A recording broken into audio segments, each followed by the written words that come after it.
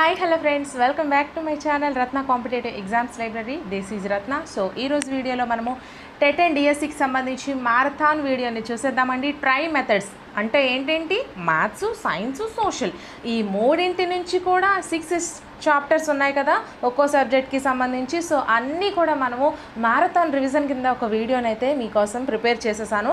Actually ఇది నేను prepare చేసుకున్న నోట్స్ అండి, కొన్ని కోడ్స్తో అలాగే ఇంపార్టెంట్ పాయింట్స్ ఓన్లీ ఒక దగ్గర. నిన్న మీకు అడ్గారెడేల్ అనుభవాల శంకు చేశాను కదా, సో అదేవిధంగా అన్ని ఏంటి సబ్జెక్ట్లో ఉన్నటువంటి అన్ని టాపిక్స్ కూడా సేమ్ నేను అదేవిధంగా ప్రిపేర్ చేసుకున్నాను.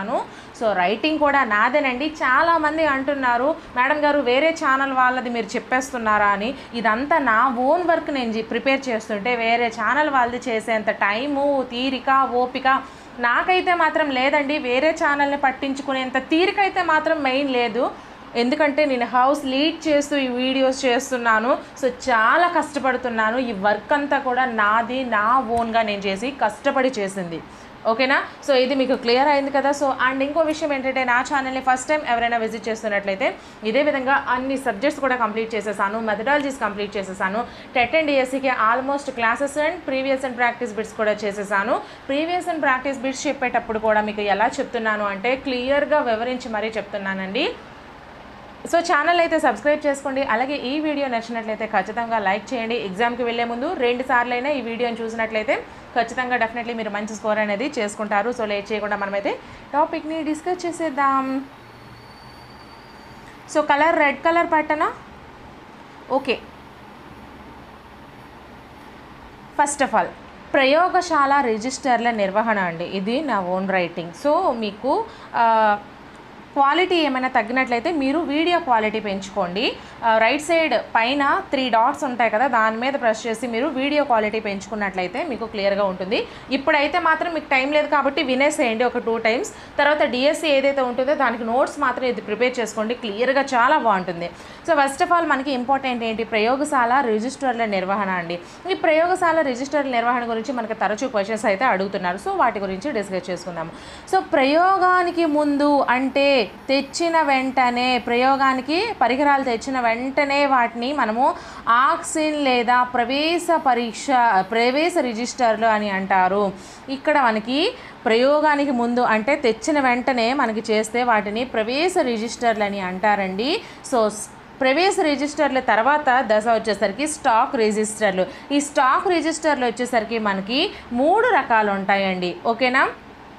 ఈ 3 రకాల స్టాక్ రిజిస్టర్లు ఏంటంటో చూసుకుందాం. ఫస్ట్ వన్ పగిలే వస్తువుల రిజిస్టర్, సెకండ్ వన్ పగలని వస్తువుల రిజిస్టర్, థర్డ్ వన్ వినిమయ వస్తువుల రిజిస్టర్. సో ఈ పగలే వస్తువుల రిజిస్టర్ ఎందుకు వాడతారు, పగలని వస్తువుల రిజిస్టర్ ఎందుకు వాడతారు, వినిమయ వస్తువుల రిజిస్టర్ ఎందుకు వాడతారు? ఫర్ ఎగ్జాంపుల్ పిప్పెట్టు, బ్యూరెట్టు ఎట్సెట్రా ఇవన్నీ మనకి పగిలిపోతాయి కదా. సో కింద పడితే సో మనం ఎన్ని తీసాము, సో ఎన్ని పగిలాయి లేదా ఎన్ని ఉన్నాయి, వీటన్నిటి గురించి వివరించే రికార్డ్ వచ్చేసరికి మనకి రిజిస్టర్ వచ్చేసరికి పగలే వస్తువుల రిజిస్టర్ అండి. అలాగే పగలని వస్తువుల రిజిస్టర్కి వచ్చేసరికి మనకి వెర్నియర్ కాలిపర్స్, స్క్రూ గేజ్ ఇవన్నీ కూడా మనకి కింద పడేసి తొక్కేసి వాటిని నలిపినా కూడా అవైతే మనకి పగలవు, కాబట్టి దాన్ని మనము పగలని వస్తువుల రిజిస్టర్ అంటారండి. అలాగే వినిమయ వస్తువుల రిజిస్టర్, వినిమయ వస్తువుల రిజిస్టర్ అంటే HCl, KMnO4, CaCO3 ఇలా మనకి ద్రావణాలన్నీ కూడా మనం వాడితే తరిగిపోతాయి అవి. సో ఎంత తరిగింది, ఎంత వాడాము, వీటికి ఉపయోగించే రిజిస్టర్ని మనము వినిమయ వస్తువుల రిజిస్టర్ అని అంటాము. నెక్స్ట్ ఇక్కడ మనకి మళ్ళీ ఈ పగలని వస్తువుల రిజిస్టర్ ఏవైతే ఉన్నాయో వాటికి పగలని వస్తువుల రిజిస్టర్ వాడతాం. అక్కడికది మనకి కంప్లీట్ అయిపోయింది. నెక్స్ట్ ఏ రిజిస్టర్లు వాడతాం, ఇష్క్ రిజిస్టర్ అండి. ఇష్క్ రిజిస్టర్ అంటే జారీ చేసే రిజిస్టర్, ఎవరికి ఇచ్చావు, ఏమి ఇచ్చావు, ఎవరెవరు చేశారు అని పేర్లు రాసేదాన్ని మనము ఇష్క్ రిజిస్టర్ అంటారండి. అలాగే బ్రేకేజీ రిజిస్టర్ వచ్చేసరికి పగిలిన వస్తువుల గురించి రాసేదాన్ని మనము బ్రేకేజీ రిజిస్టర్ అంటారు. అలాగే అవసరతల లేదా రిక్వైర్మెంట్ అంటే ఇప్పుడు వెర్నియర్ కాలిపర్స్ లాంటి వాటివి పోయినా లేకపోతే ఎవరైనా దొంగతనం చేసేసినా ఇలా చేస్తే వాటిని అవసరతల లేదా రిక్వైర్మెంట్ రిజిస్టర్స్ అని అంటారు. సో అటువంటి వాటిని మనము అవసరతల లేదా రిక్వైర్మెంట్ రిజిస్టర్స్ అంటాం. నెక్స్ట్ ప్రయోగం పూర్తయిన తర్వాత చేసేవి ఒక రకం రిజిస్టర్ అండి, ఆర్డర్ రిజిస్టర్ ఒకటి. అలాగే ఏ వస్తువులు మనకు కావాలో తిరిగి తెప్పించడానికి రాసేసినవి, పగిలినవి, పోయినవి వీటన్నిటికీ కూడా ఒక రిజిస్టర్ అయితే మనము ఉపయోగించడం జరుగుతుంది. ఓకేనా, వాటిని ఏమంటారు? ఆర్డర్ రిజిస్టర్ అని అంటారు. ప్రయోగం పూర్తయిపోయిన తర్వాత ఏ వస్తువులు మనకి ఇంకా కావాలో, ఏవి తెప్పించాలో ఇవన్నీ కూడా మనకు కావాల్సింది ఆర్డర్ రిజిస్టర్. సో ఇక్కడికి ఇది మీకు రిజిస్టర్స్ గురించి క్లియర్ అయిపోయింది. సో నెక్స్ట్ మనం ఏం చూసుకోవాలి?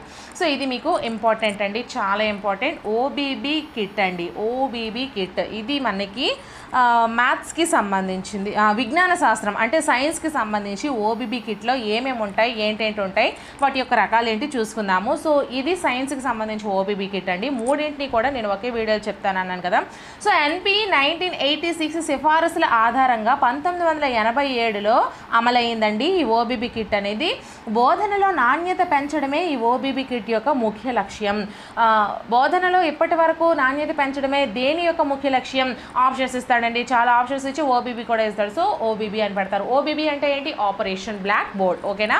నెక్స్ట్ 35 రకాల వస్తువులను సరఫరా చేశారండి. ఎవరు? ఎన్పి 1986 అనేది 35 రకాల వస్తువులను సరఫరా చేయడం అయితే జరిగింది. సో మనకి ఇక్కడ ఓబీబీలో మళ్ళీ 3 రకాలు ఉంటాయండి. ఏంటి? ప్రాథమిక విజ్ఞాన శాస్త్ర బోధనా పేటిక అంటే ప్రైమరీ సైన్స్ కిట్.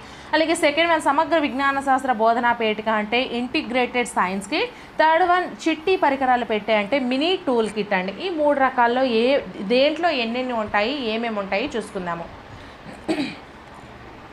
సో ఇక్కడ మనకి ప్రాథమిక విజ్ఞాన శాస్త్ర బోధనా పేటిక వచ్చేసరికి 1 నుంచి 5వ తరగతి వరకు నిర్దేశించబడిందండి. ఎన్సీఆర్టీ దీనికి ఆర్థిక సహాయం అందిస్తుంది. ప్రైమరీ సైన్స్ కిట్ యొక్క ముఖ్య లక్ష్యం ఏంటంటే చిట్టి ప్రయోగాలపై ఆసక్తి పెంచడం. 1 to 5th క్లాస్ అంటే మనకి చిన్నపిల్లలు ఉంటారు. సో వాళ్ళకి చిట్టి ప్రయోగాలపై ఆసక్తిని పెంచడమే ఈ యొక్క ప్రాథమిక విజ్ఞాన శాస్త్ర బోధనా పేటిక యొక్క ముఖ్య లక్ష్యం అండి. అలాగే ఈ ప్రాథమిక విజ్ఞాన శాస్త్ర బోధనా పేటికలో వస్తువుల సంఖ్య ఎంత? 76. ఇది మీకు వెరీ వెరీ ఇంపార్టెంట్. అలాగే దీని యొక్క బరువు ఎంత ఉంటుంది? 11.5 కిలోగ్రామ్స్ ఉంటుందండి. సో ఇది మనకి, నేనైతే ఈ నోట్స్ కొంచెం పాత సిలబస్ ప్రకారం ప్రిపేర్ చేశాను. ఇప్పుడు కొత్తగా ఏవైనా అంకెలు మారినట్లయితే, మారిన వాళ్ళు ఎవరైనా చదివిన వాళ్ళు, కొత్తగా కూడా చదివిన వాళ్ళు ఉంటే వాళ్ళు నాకు ఒకసారి ఇన్ఫామ్ చేస్తే నేను దాన్ని కామెంట్ సెక్షన్లో పిన్ చేస్తానండి. నేను చెప్పిన దాంట్లో న్యూ సిలబస్ ప్రకారం ఏమున్నాయి, ఓల్డ్ సిలబస్ ప్రకారం ఏమున్నాయి అన్నది నేను మళ్ళీ కామెంట్ సెక్షన్లో పిన్ చేస్తాను. సో ఒకసారి అక్కడ చూసుకుందరు. కానీ నెక్స్ట్ దీనిలో ఏమేం భాగాలు ఉంటాయి? తక్కువ ఖరీదు సామాగ్రి ఉంటుంది, రసాయనాలు ఉంటాయి, చేతి పనిముట్లు ఉంటాయి. అంతే కదా, వాళ్ళు చిన్నపిల్లలు కాబట్టి అవి ఉంటే సరిపోతుంది. సో నెక్స్ట్ ఏంటి? సమగ్ర విజ్ఞాన శాస్త్ర బోధనా పేటిక. ఈ సమగ్ర విజ్ఞాన శాస్త్ర బోధనా పేటికలో ప్రాథమికోన్నత స్థాయికి నిర్దేశించబడిందండి. అంటే 6th నుంచి 8th క్లాస్ వరకు ఎవరైతే ఉన్నారో వాళ్ళకి సమగ్ర విజ్ఞాన శాస్త్ర బోధనా పేటిక ఉపయోగపడుతుంది. సో కేంద్ర మానవ వనరుల శాఖ ఆర్థిక సహాయం దీనికి అందించింది. ఓకేనా. నెక్స్ట్ ఐఎస్కే లక్ష్యం అంటే ఈ యొక్క సమగ్ర విజ్ఞాన శాస్త్ర బోధనా పేటిక యొక్క ముఖ్య లక్ష్యం ఏంటంటే విజ్ఞాన శాస్త్రంలో అనుకూల వాతావరణం ఏర్పరచడం. సో ఇక్కడ మీరు డిఫరెన్సెస్ చూసుకోండి. దీనికి డిఫరెన్సెస్ అనేవి చాలా ఉన్నాయి. సో ఇక్కడ మనకి ప్రైమరీలో చూసేసరికి ప్రాథమిక లక్ష్యం చిట్టి ప్రయోగాలపై, అలాగే ఇక్కడ సమగ్ర విజ్ఞాన శాస్త్రకు వచ్చేసరికి విజ్ఞాన శాస్త్రంలో అనుకూల వాతావరణం. ఇక్కడ మళ్ళీ సమగ్ర విజ్ఞాన శాస్త్ర బోధనా పేటికలో వస్తువుల సంఖ్య 107 అండి. బరువు అనేది ఇవ్వలేదు మనకి, అంటే అక్కడ లేదు. దీనిలో భాగాలు వచ్చేసరికి పరికరాలు, రసాయనాలు, గాజు సామాగ్రి. ఎందుకంటే వాళ్ళు కొంచెం పెద్ద పిల్లలు కాబట్టి వాళ్ళకి గాజు సామాగ్రి కూడా ఇస్తున్నారు. మనకి మెయిన్గా గుర్తుంచుకోవాల్సిన వస్తువుల సంఖ్య, అలాగే లక్ష్యం ఒకటి గుర్తుంచుకోవాలి. నెక్స్ట్ ఎవరు ఆర్థిక సహాయం అందించారు అనేది గుర్తుంచుకోవాలి. అంటే మొత్తం అన్నీ గుర్తుంచుకోవాలండి. సో మీరు డిఫరెన్సెస్ అనేది చూసుకోండి. నెక్స్ట్ థర్డ్ వన్ చిట్టి పరికరాలు పెట్టి మినీ టూల్ కిట్. అన్ని తరగతులకు ఇది ఉద్దేశించిందండి. ఆయా రాష్ట్రాల్లో ఎస్సీఆర్టీ ఆర్థిక సహాయం అయితే అందిస్తుంది. ఫర్ ఎగ్జాంపుల్ తెలంగాణలో అయితే తెలంగాణ ఎస్సీఆర్టీ అందిస్తుంది, ఏపీలో అయితే ఏపీ ఎస్సీఆర్టీ అయితే అందిస్తుంది. అయితే ఈ మినీ పరికరాలు పెట్టే వచ్చేసరికి, చిట్టి పరికరాలు పెట్టే వచ్చేసరికి లక్ష్యము విరామ సమయ వినియోగము. విరామ సమయ వినియోగం చేసుకోవడమే మనకి దీనికి యొక్క ముఖ్య లక్ష్యం. అయితే వస్తువుల సంఖ్య దీంట్లో ఇవ్వలేదు, బరువు కూడా ఇవ్వలేదు. సో ప్రత్యామ్నాయ బోధనోపకరణాల తయారీలో ఈ యొక్క టూల్ కిట్ని అయితే వాడడం జరుగుతుంది. సో ఓబీబీ గురించి కూడా మీకు క్లియర్గా ఇన్ఫర్మేషన్ అయిపోయింది. మీకు ఎటువంటి క్వశ్చన్ ఇచ్చినా సరే ఈ కీవర్డ్స్ని ఉపయోగించి ఆన్సర్ అనేది ఈజీగా చేసేయచ్చు. సో నెక్స్ట్ కొన్ని పథకాలు ఉన్నాయి కదా. సో వాటి యొక్క లక్ష్యాలు ఏంటి? ఏపీపీఈపీ వచ్చేసరికి లేదా ఎస్పీపీఈపీ, టీఎస్పీపీఈపీ. తెలంగాణ అయితే టీఎస్ అండి, టీఎస్పీపీఈపీ. ఏపీ అయితే ఏపీపీఈపీ వచ్చేసరికి లక్ష్యం టీఎల్ఎం సరఫరా. టీచింగ్ లెర్నింగ్ మెటీరియల్ కదా టీఎల్ఎం అంటే. సో ఏబీపీ యొక్క ముఖ్య లక్ష్యం ఏంటి? టీఎల్ఎం సరఫరా. లేదా టీఎస్పీఈపీ యొక్క లక్ష్యం ఏంటి అంటే టీఎల్ఎం సరఫరా. నెక్స్ట్ డిపిఈపి అంటే టీఎల్ఎంపై శిక్షణ లక్ష్యం. డిపిఈపి ముఖ్య లక్ష్యం టీఎల్ఎంపై శిక్షణ. ఓబీబీ యొక్క ముఖ్య లక్ష్యం మౌఖిక వసతుల కల్పన. 4th వన్ ఎస్ఎస్ఏ లేదా ఆర్వీఎం యొక్క ముఖ్య లక్ష్యం 100% నమోదు. మనకి క్వశ్చన్ ఫార్మింగ్ ఏ విధంగా అడుగుతారు? ఎస్ఎస్ఏ లేదా ఆర్వీఎం సర్వశిక్షా అభియాన్, రాజీవ్ విద్యా మిషన్ ఈ రెండు అంటారు కదా. సో ఓబీబీ అంటే ఆపరేషన్ బ్లాక్ బోర్డ్ అండి. డిపిఈపి అంటే డిస్ట్రిక్ట్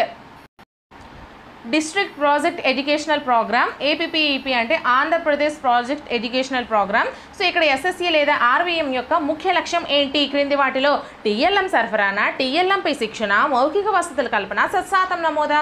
సో 100% నమోదు అని ఆన్సర్ చేస్తారు. సో ఈ విధంగా మనకి క్వశ్చన్స్ అడిగే అవకాశం ఉంది.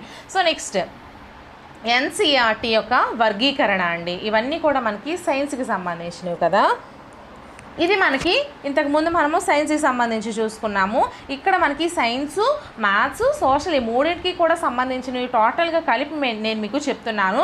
సో ఎన్సీఆర్టీ వర్గీకరించిన దాని ప్రకారము గ్రాఫిక్ లేదా రేఖీయ లేదా ద్విపరిమాణ లేదా ద్విమితీయ పరికరాలు ఏంటేంటి? చార్టులు, పోస్టర్లు, గ్రాఫులు, మ్యాపులు, కార్టూన్లు అంటే వ్యంగ్య చిత్రాలు, హాస్య పత్రికలు అంటే కామిక్స్, వార్తాపత్రికలు, పాంప్లెట్స్ ఇవన్నీ కూడా ద్విమితీయ ఉపకరణాలు లేదా రేఖీయ ఉపకరణాలు లేదా గ్రాఫిక్ ఉపకరణాలు అంటారండి. అలాగే ప్రదర్శన బల్లలో ఏంటేంటి? నల్ల బల్ల, peg board, cookie board, geo board, bulletin board, panel board ఇవన్నీ కూడా ప్రదర్శన బల్లలు అంటే బోర్డ్స్. ఓకేనా. తర్వాత త్రిమితీయ ఉపకరణాలకి ఉదాహరణలు ఏంటేంటి? నమూనాలు, మోకప్లు, స్పెసిమన్లు, డయోరమాలు, మైక్రోస్కోపులు, తోలు బొమ్మలు, డయాగ్రామ్లు ఇవన్నీ కూడా మనకి త్రిమితీయ ఉపకరణాలు. నెక్స్ట్ ప్రక్షేపణ ఉపకరణాలకు వచ్చేసరికి ఫిల్ములు, ఫిల్మ్ స్ట్రిప్లు, స్లైడ్లు, ఓహెచ్పి ఓవర్ హెడ్ ప్రొజెక్టర్స్ అండి. ఓహెచ్పి అంటే అలాగే ఎపిడయాస్కోప్ కూడా మనకి ప్రక్షేపక పరికరాల్లోనికి వస్తుంది. నెక్స్ట్ దృశ్య శ్రవణ పరికరాలకు ఉదాహరణ రేడియో, టేప్ రికార్డర్, కంప్యూటర్.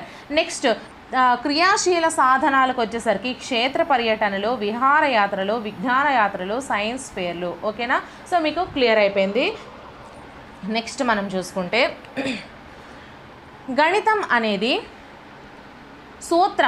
సూత్రం ప్రయుక్తం అండి. నేను ఆల్రెడీ ఎడ్గార్ అడే అనుభవాలు ఇంకో వేరేగా వీడియో చేస్తాను కాబట్టి టోటల్ కలిపి ఈ వీడియోలో వివరిస్తున్నాను. సో మనకి ఇక్కడ మ్యాథ్స్ టీఎల్ఎం ఒకసారి చూసుకుందామండి. మ్యాథ్స్కి మనం ఉపయోగించే టీఎల్ఎం ఏంటేంటి? జనరల్ టీఎల్ఎం, ఓబీబీ పేటిక, బోర్డ్స్ వీటిలో ఏ రకాలు ఉన్నాయి? సో జనరల్గా మనం ఏమేమి ఉపయోగిస్తాం? పాఠ్య పుస్తకాలు, అభ్యాస గ్రంథము, కరదీపిక ఈ మూడు కూడా జనరల్లోకి వస్తాయండి. అలాగే ఓబీబీ పేటికలో ఏమేమి ఉంటాయి? పూసల చట్రము, డామినోలు, ఘనాకార కడ్డీలు, కుసినైర్ పట్టీలు, నేపియర్ పట్టీలు, భిన్నాల చట్రాలు, జామతీయ ఘనాకారాలు ఇవన్నీ కూడా మనకి ఓబీబీ పేటికలోకి వస్తాయి. నెక్స్ట్ బోర్డ్స్ చూసుకుంటే మనము నల్లబల్ల, peg board, geo board, bulletin board, panel board మనకైతే ఈ రకాలైతే ఈ విధంగా ఉండడం జరిగింది. సో నెక్స్ట్ మనం ఏం చేస్తాం? హంటర్ స్కోర్ కార్డ్ అండి. ఇది హంటర్ స్కోర్ కార్డ్ కూడా నేను ఓల్డ్ సిలబస్ ప్రకారం చేశాను. సో న్యూ సిలబస్ ప్రకారం ఎవరికైనా తెలిస్తే మాత్రం నాకు ఒకసారి చెప్పండి. ప్రజెంట్ ఎగ్జామ్ టైం దగ్గరకు అయిపోయింది కాబట్టి నేను చేయలేకపోయాను. ఇంకా ఎక్కువ చేద్దును, బట్ ఓల్డ్ న్యూ కలిపి చెప్దును. బట్ ప్రజెంట్ మీకు కనీసం ఇదైనా అందించాను అని ఒక నాకు చిన్న సంతోషం అయితే ఉంటుందని ఇలా చేశాను.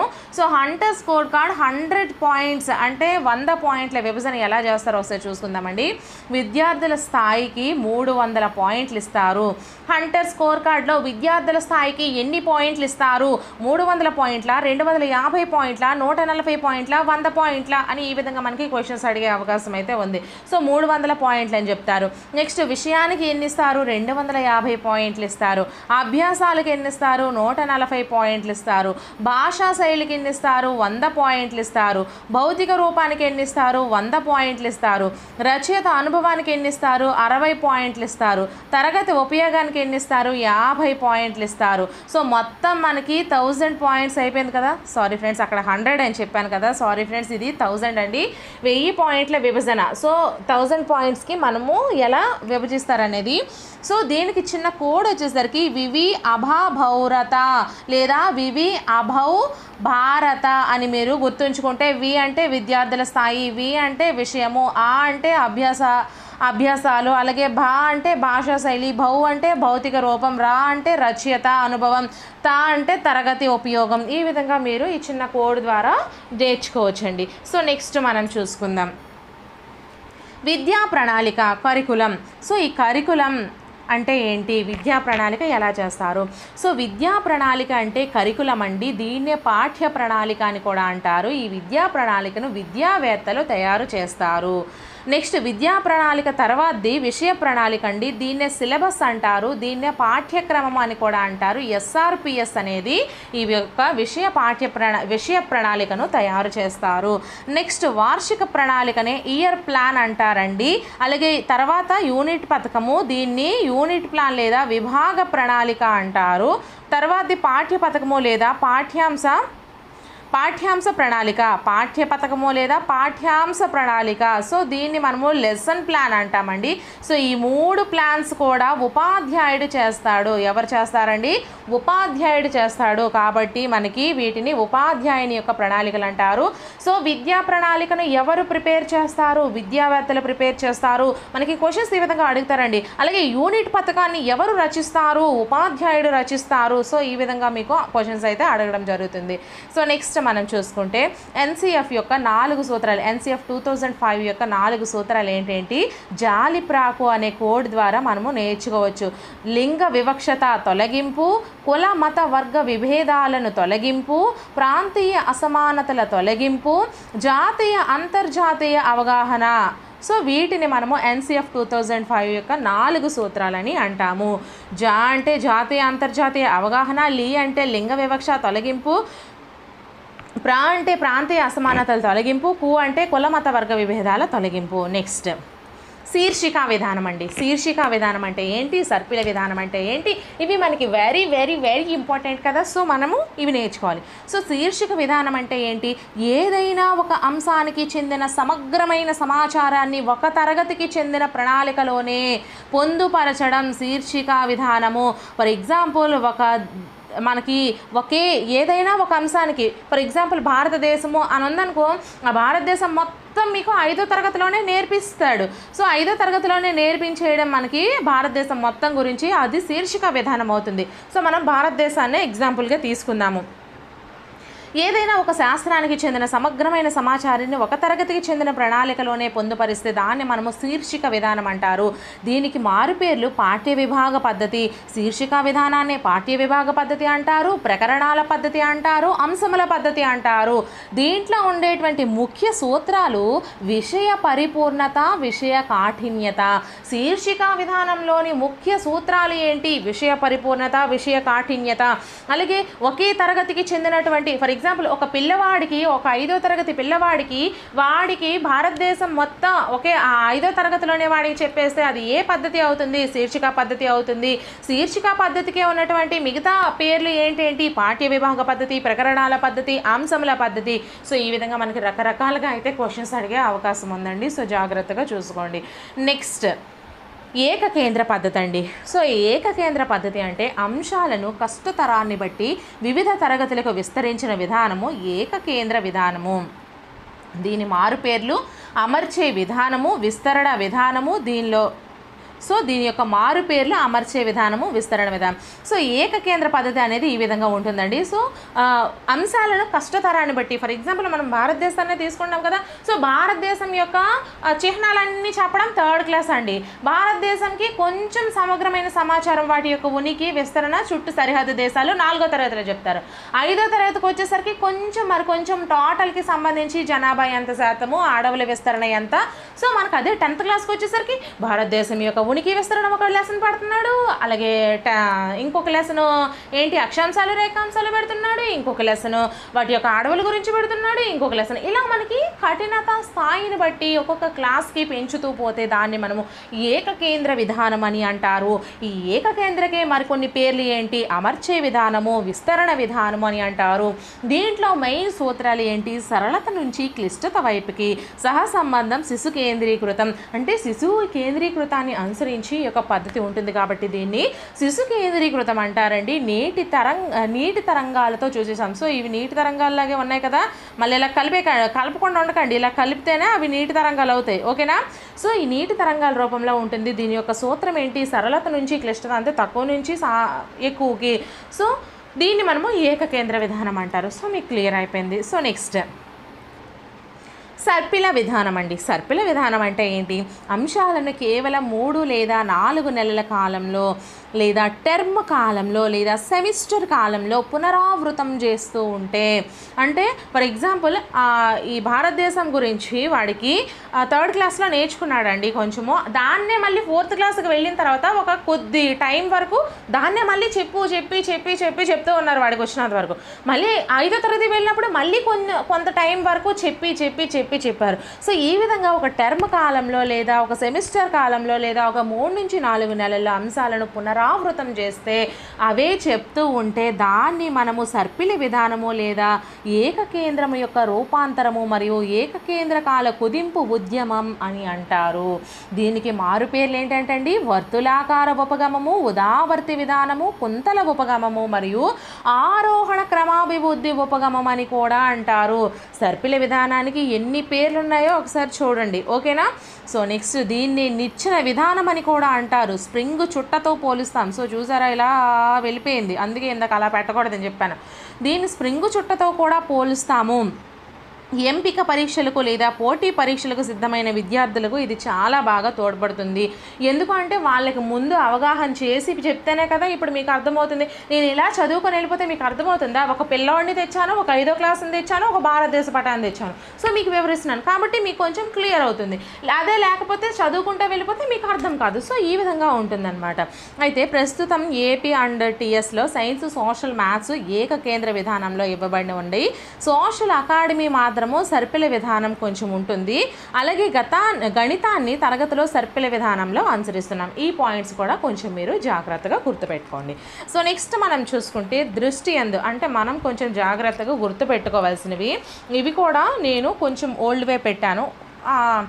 యాక్చువల్లీ మెథడ్స్ వచ్చేసరికి ఓల్డ్ న్యూ అని ఏం ఉండదండి. సైకాలజీ ఒకటి, మెథడ్స్ ఒకటి, ఇవి మీకు మ్యాక్సిమం ఒకటే ఉంటుంది.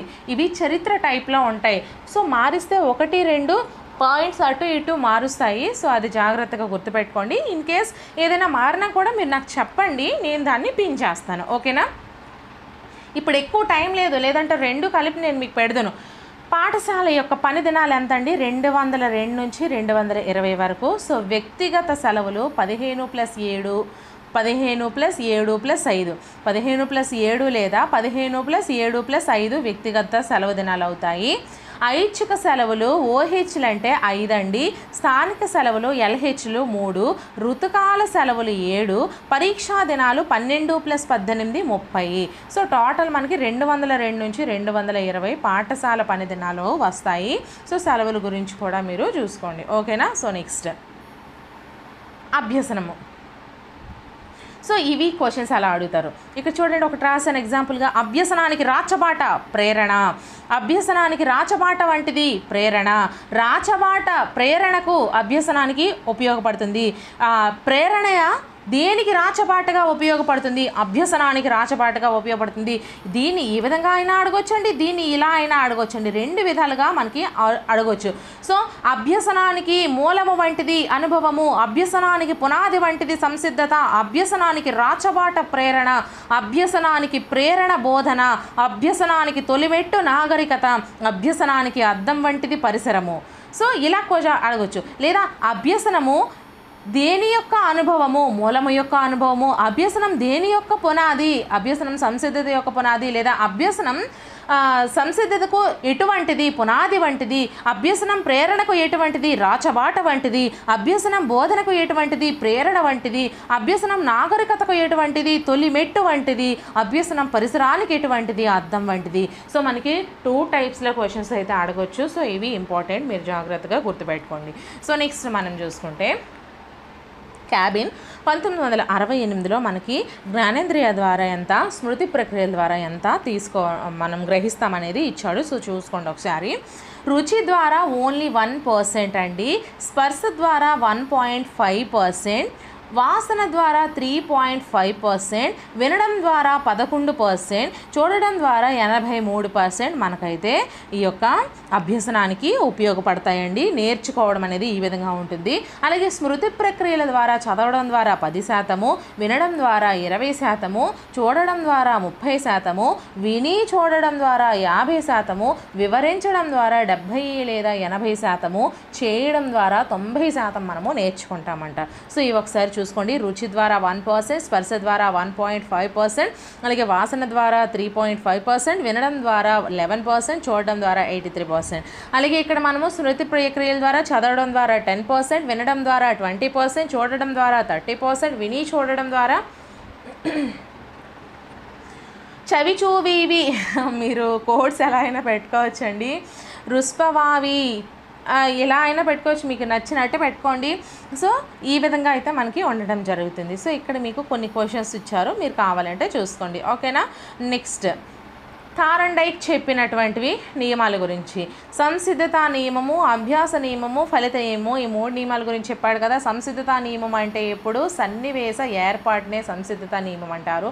అభ్యాస నియమం అంటే ఏంటి, అమలు చేసేటప్పుడు అభ్యాస నియమం వర్తిస్తుంది. ఫలిత నియమం అంటే మూల్యాంకనంలో వర్తిస్తుంది.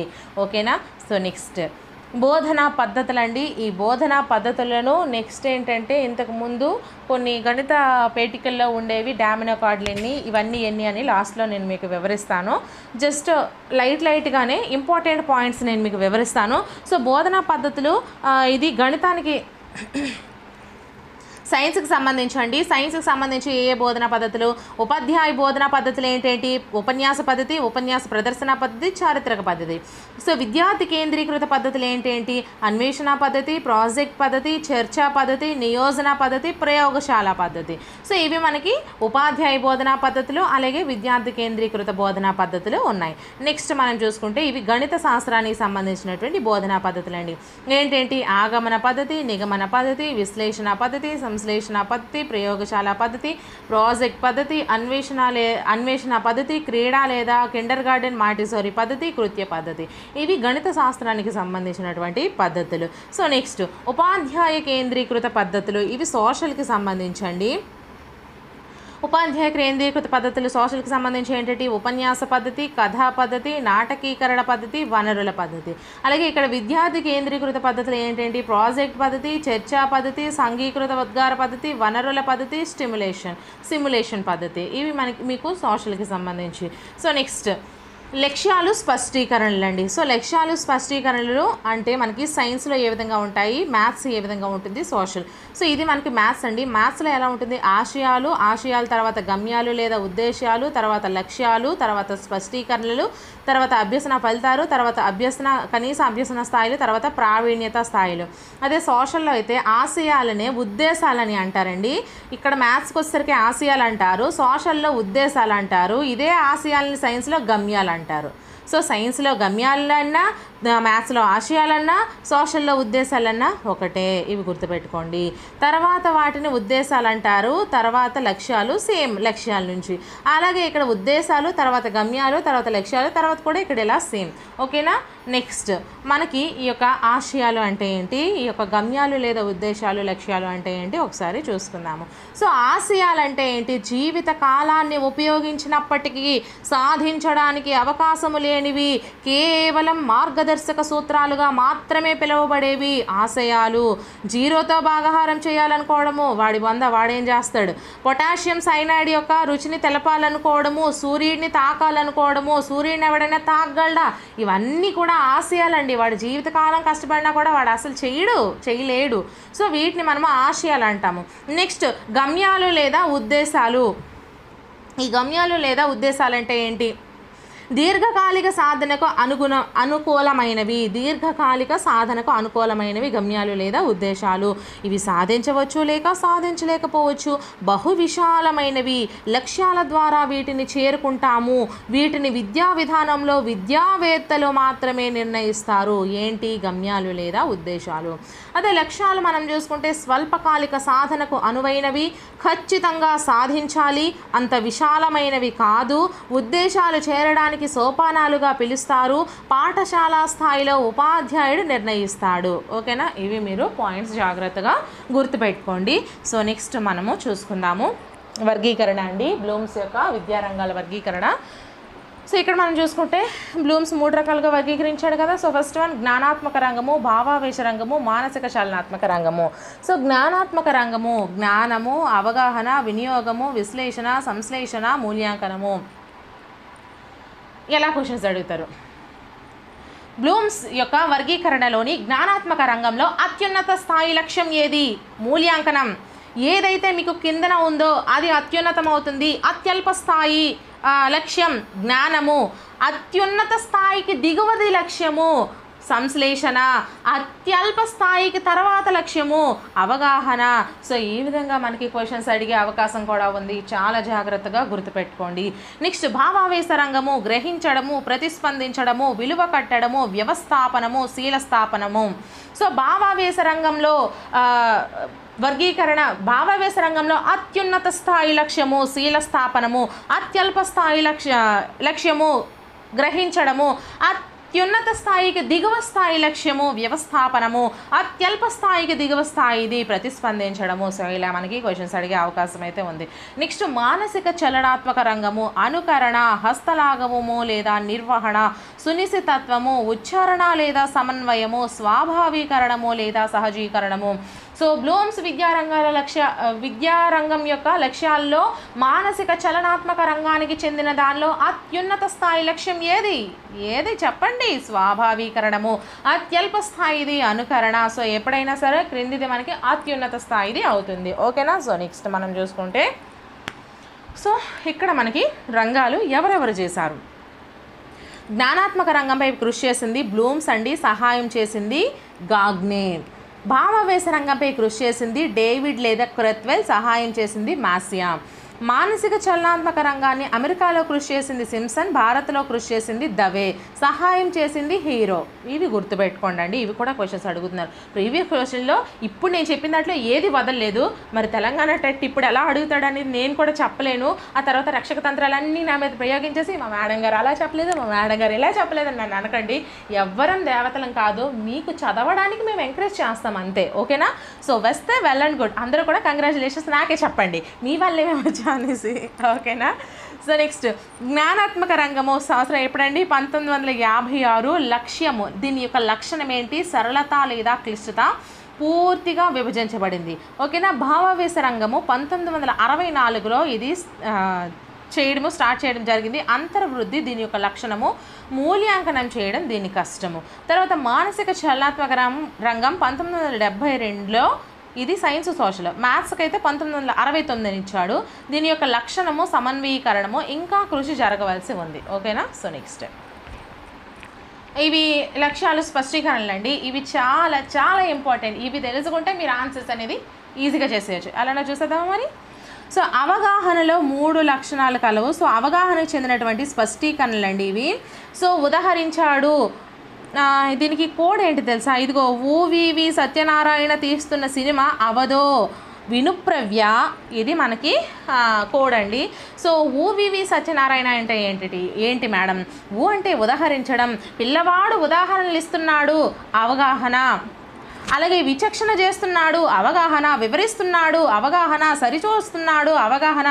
ఏ క్వశ్చన్ ఇచ్చి దాని చివరన వీటిని తగిలిస్తే అవి అవగాహన క్రిందకు వస్తాయండి.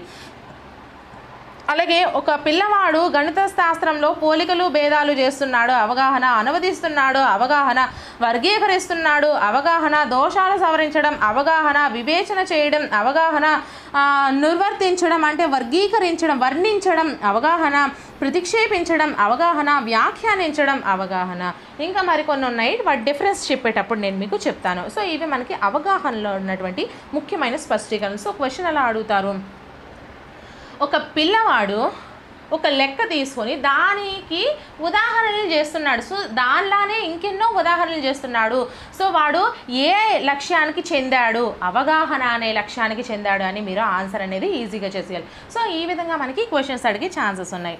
నెక్స్ట్ వినియోగముకు చెందినటువంటి స్పష్టీకరణలు. ఇది మీరు తీసేయండి, అది జస్ట్ వచ్చేసింది నేను పిక్ తీసేటప్పుడు.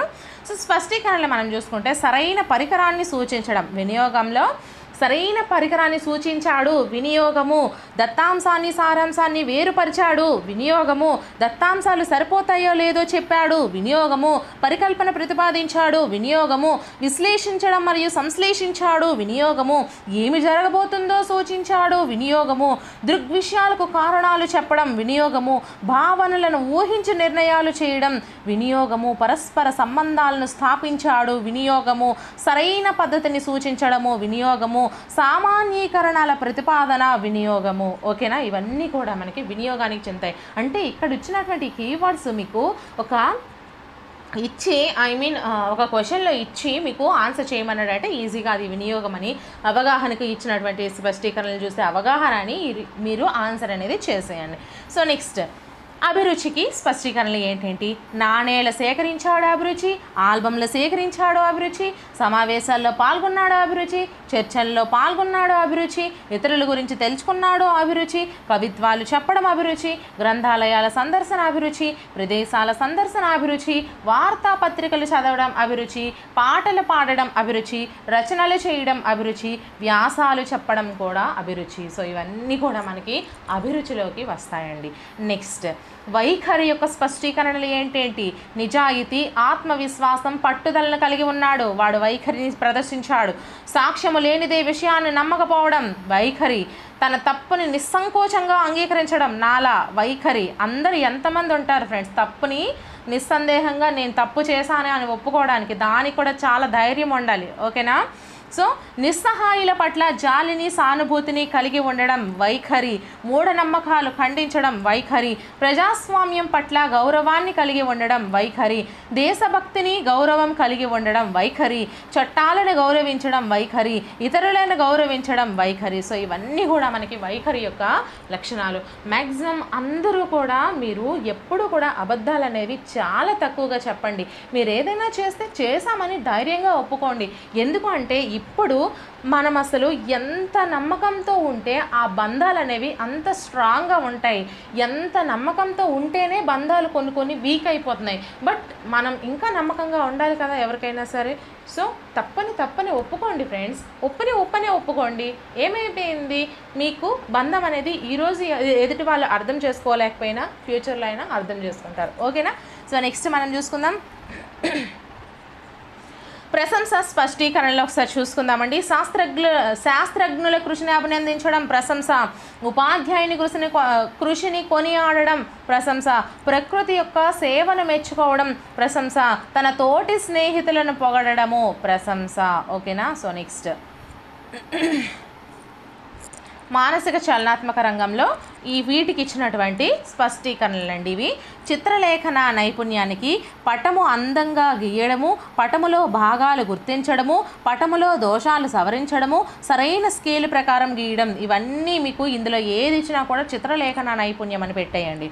అలాగే హస్తలాఘవ నైపుణ్యము సరైన పరికరాన్ని ఎంపిక చేయడము, పరికరాన్ని వీలైన విధాలుగా ఉపయోగించడము, ప్రయోగ పరికరాల అమరికలో దోషాలు సవరించడము, వీటన్నీ కూడా నిర్వహణ నైపుణ్యాలు. ఓకేనా?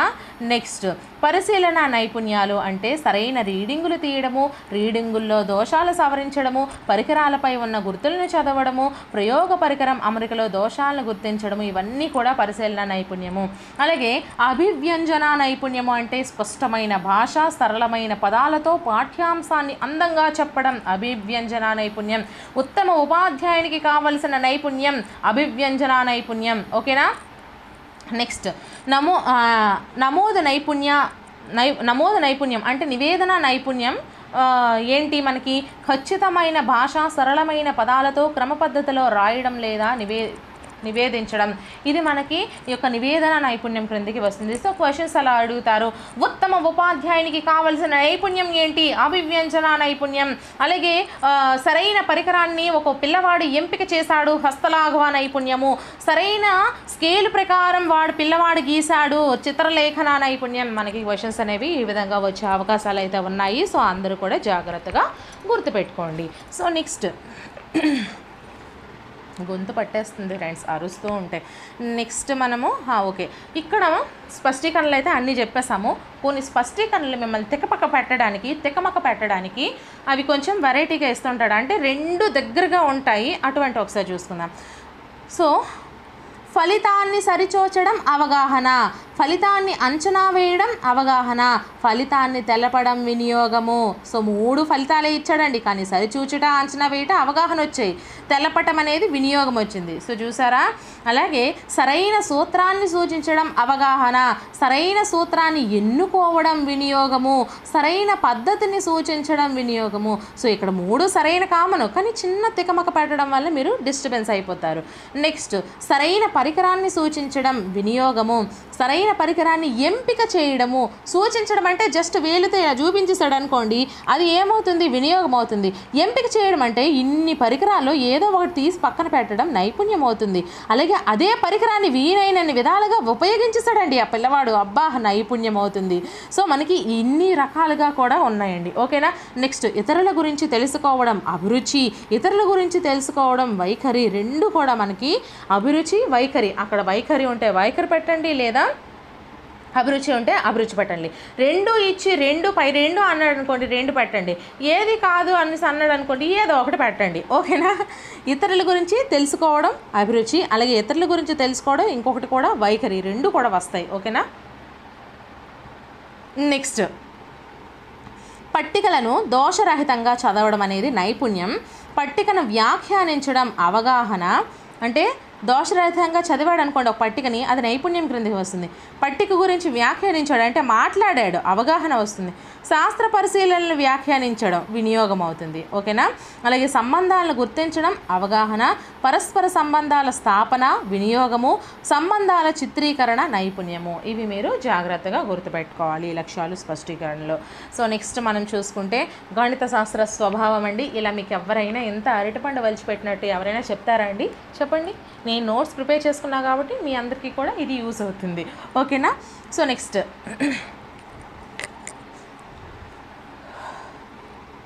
ద ఎలిమెంట్స్ అనే గ్రంథాన్ని ఎవరు రచించారు? యూక్లిడ్. డాటా ఎవరు రచించారు? యూక్లిడ్. సిద్ధాంత శిరోమణి భాస్కరాచార్య 2 రచించాడు. కలన కుతూహలం భాస్కరాచార్య 2 రచించాడు. అర్థమెటికా డయాఫాంటస్ రచించారు. ఇంట్రొడక్టియా అర్థమెటికా నికోమాకస్ రచించారు. The method, quadrature of parabola, centre for plane gravities, measurement of a circle, అలాగే మెన్సురేషన్ ఆఫ్ ది ఎసర్కిల్ ఎవరు రచించారు? ఆర్కిమెడిస్ రచించారు. ఇవన్నీ కూడా the method, quadrature of parabola, centre for plane gravities, measurement of a circle, అలాగే mensuration of a circle, ఇవన్నీ కూడా మనకి ఆర్కిమెడిస్ రచించారు. నెక్స్ట్ పంచ సైద్ధాంతిక ఎవరు రచించారు? వరాహమిహిరుడు రచించారండి. నెక్స్ట్ గణిత సార సంగ్రహం మహావీరుడు రచించాడు. గణిత శాస్త్ర సమాహారం టాలమీ రచించాడు. ఆర్యభట్టీయం ఆర్యభట్ట రచించాడు. బ్రహ్మస్ఫుట సిద్ధాంతం బ్రహ్మగుప్తుడు రచించాడు. ఖండకావ్యక బ్రహ్మగుప్తుడు రచించాడు. Discourse of method René Descartes రచించాడు. Rising of the stars Hypsicles రచించాడు. ప్రిన్సీ ఆఫ్ మ్యాథమెటికా బెహ్రెన్సెల్ బెట్రాన్ రస్సెల్ అంట చూడండి రచించారు. గ్రెనడల్ మ్యాథమెటిక్స్ ఎవరు రచించారు? హిల్బర్ట్ రచించారు.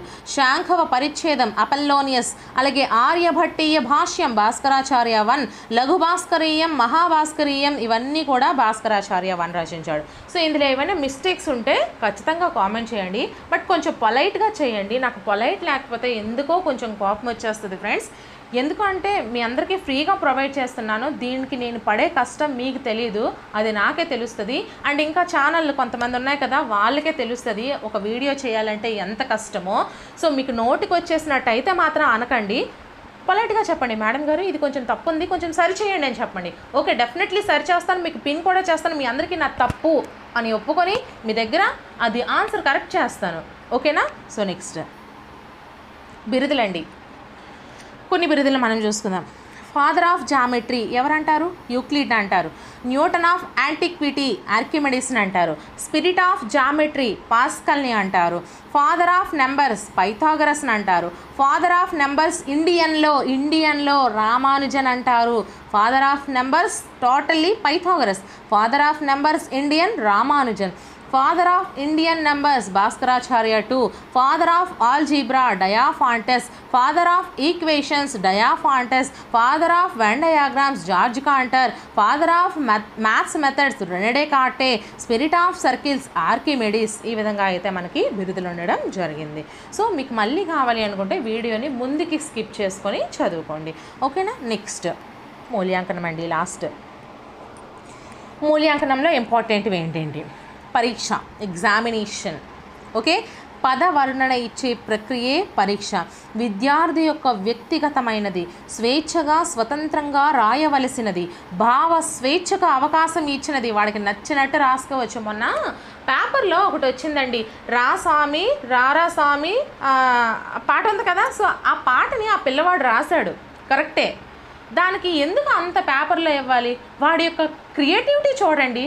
ఎందుకు క్రియేటివిటీ చూడలేకపోతున్నారు? ఒక టీచర్గా ఎవరైనా సరే వాడు పాట రాశాడు, పిల్లలు ఇలా తయారైపోతున్నారు, ఎందుకు అలా అనుకోవాలి? వాడు అందులో నిజంగా నాకు అనిపించింది వాడికి హ్యాట్స్ ఆఫ్ చెప్పాలని. కానీ వాడు చేసింది ఒకటి ఏంటంటే వాడు తప్పు చెప్పాడు. వాడు లాటానుప్రాస అలంకారానికి లాస్ట్ అంత్యానుప్రాస అలంకారం పెట్టేశాడు. కానీ స్వామి స్వామి స్వామి అంత్యానుప్రాస వస్తుంది కదా. సో వాడు అది పెట్టేశాడు కానీ ఎగ్జాంపుల్కి. కానీ వాడి యొక్క క్రియేటివిటీని చూడండి ఫ్రెండ్స్, ఎంత క్రియేటివిటీ! వాడి వయసుకి అంత క్రియేటివిటీ గ్రేట్, అది చాలా గ్రేట్. మనం ఇప్పుడు టీచర్స్ అవ్వడానికి ఇంత చదువుతున్నాం కదా, బట్ వాడు అదే 10th క్లాస్లో రాశాడంటే ఎంత గ్రేట్. అది దాన్ని ఓ పిచ్చి పుల్ల ఇలా పేపర్స్లో వేయడం అది నాకు అస్సలు నచ్చలేదు, క్రియేటివిటీని. అందుకే ఇప్పుడు పిల్లలు పాడైపోతున్నారు. మ్యాక్సిమం ఎవరిలో కూడా మేము ఇలా పెంచాలి, మేము ఇలా చూడాలి అని ఉండట్లేదు. మేబీ ఈవెన్ మనమైనా సరే ఇప్పుడు చదువుతున్నాము అంటే ఎంతో సఫరింగ్ పడుతూ చదువుతున్నాం కదా. సో ఎందుకు? ఎదుటి వాళ్ళు అర్థం చేసుకోలేకపోవడం వల్లనే కదా. సో మనం మాత్రం బాగా అర్థం చేసుకుందాము. మీరు నన్ను అర్థం చేసుకోండి, నేను కూడా మీ అందరినీ అర్థం చేసుకుంటాను. మీకు ఎటువంటి సమస్యలు ఉన్నా సరే కామెంట్ సెక్షన్లో కామెంట్ చేసినట్లయితే డెఫినెట్లీ నేను మీకు దానికి రిప్లై అనేది ఇస్తున్నానండి. మ్యాక్సిమం అందరికీ రిప్లై ఇస్తున్నాను, చూసారు కదా. సో లేట్ చేయొద్దు, టాపిక్ని డిస్కస్ చేసేద్దాము. అంకె విలువ గల మాపనాన్ని ఇస్తుంది. అంతే, అంకె విలువ గల మాపనాన్ని ఇస్తుంది. ఎందులో? మ్యాథ్స్లో ఇస్తుంది. అలాగే మాపనోపకరణము అంటారు పరీక్షనే. విద్యార్థుల్లో ఆలోచనలను రేకిస్తుంది. ఇప్పుడు చెప్పా కదా పాయింట్, ఆ పిల్లాడు చేయడం గ్రేట్. అది ఆలోచనలను రేకెత్తిస్తుంది. విద్యార్థుల్లో భాషా స్పష్టత తెలుసుకోవచ్చు. పరీక్ష యొక్క ముఖ్య లక్షణాలు ఇవ్వండి. నెక్స్ట్ మాపనం అంటే ఏంటి, పరీక్ష అంటే ఏంటి, ఇవి చాలా ఇంపార్టెంట్. అందుకే ఓన్లీ ఇంపార్టెంట్వే మీకు చేశాను. మీరు గమనించారా? అసలు ఇవి మనకి తరచుగా వస్తున్నవన్నీ ఇలా మీకు చేసి చూపిస్తున్నానండి. చాలా గ్రేట్ అసలు మీ రత్న మేడం, తెలుసా? సో ఎక్స్ప్లెనేషన్ నచ్చితే ఖచ్చితంగా కామెంట్ చేయండి ఫ్రెండ్స్. నేను మీ నుంచి కోరుకునేది only like, only comment, only sharing వీలైతే మీ ఫ్రెండ్స్కి. ఓకేనా? నేను ఇప్పుడే కాదు ఎప్పటికీ కూడా ఏ యాప్ వేయను, ఏ డబ్బులు తీసుకోను, మీ దగ్గర 1 రూపీ కూడా తీసుకోను. మీ దగ్గరే కాదు ఎవరి దగ్గర. ఇన్ కేస్ యూట్యూబ్ ఇచ్చిందనుకోండి చాలా తీసుకుంటా, ఎంత ఇస్తే అంత తీసుకుంటా. ఓకేనా? సో నెక్స్ట్ మాపనం అంటే ఏంటి? మెజర్మెంట్. మెజర్మెంట్ అంటే ఏంటి? పరీక్ష ద్వారా దేనినైతే కొలుస్తామో దానిని సంఖ్యారూపంలో చెప్పడాన్ని మాపనం అంటారు. మాపనం అంటే ఏంటి? సంఖ్యారూపంలో చెప్పేదాన్ని. ఇప్పుడు 10th క్లాస్ ఎగ్జామ్స్లో మార్క్స్ ఉన్నాయి, మాపనం ద్వారా చెప్తున్నాం. సో ఇది మనకి మాపనం అవుతుంది. పరీక్ష ద్వారా కొలిచి దాన్ని సంఖ్యారూపంలో చెప్పితే దాన్ని మాపనం అంటారండి. ఇది పరిమాణాత్మకమైనది, ఎందుకంటే కొలవగలుగుతున్నాం. పరీక్షా ఫలితాల ప్రకటనకు తోడ్పడుతుంది. తరగతిలో విద్యార్థుల స్థాయిని పోల్చుతుంది. అలాగే వివిధ విద్యా సంస్థల ప్రగతిని అంచనా వేయొచ్చు.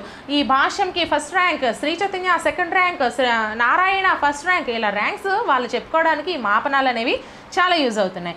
పదవర్ణనలకు ఇచ్చే విలువ మాత్రమే. ఓకేనా? సో ఇక్కడ మనకి క్వశ్చన్ ఫార్మింగ్ ఎలా ఉంటుందంటే, ఫర్ ఎగ్జాంపుల్ ఒక పిల్లవాడి ర్యాంక్ 1st వచ్చింది. సో వాడు భాష్యానికి చెందినటువంటి స్కూల్ పిల్లవాడు.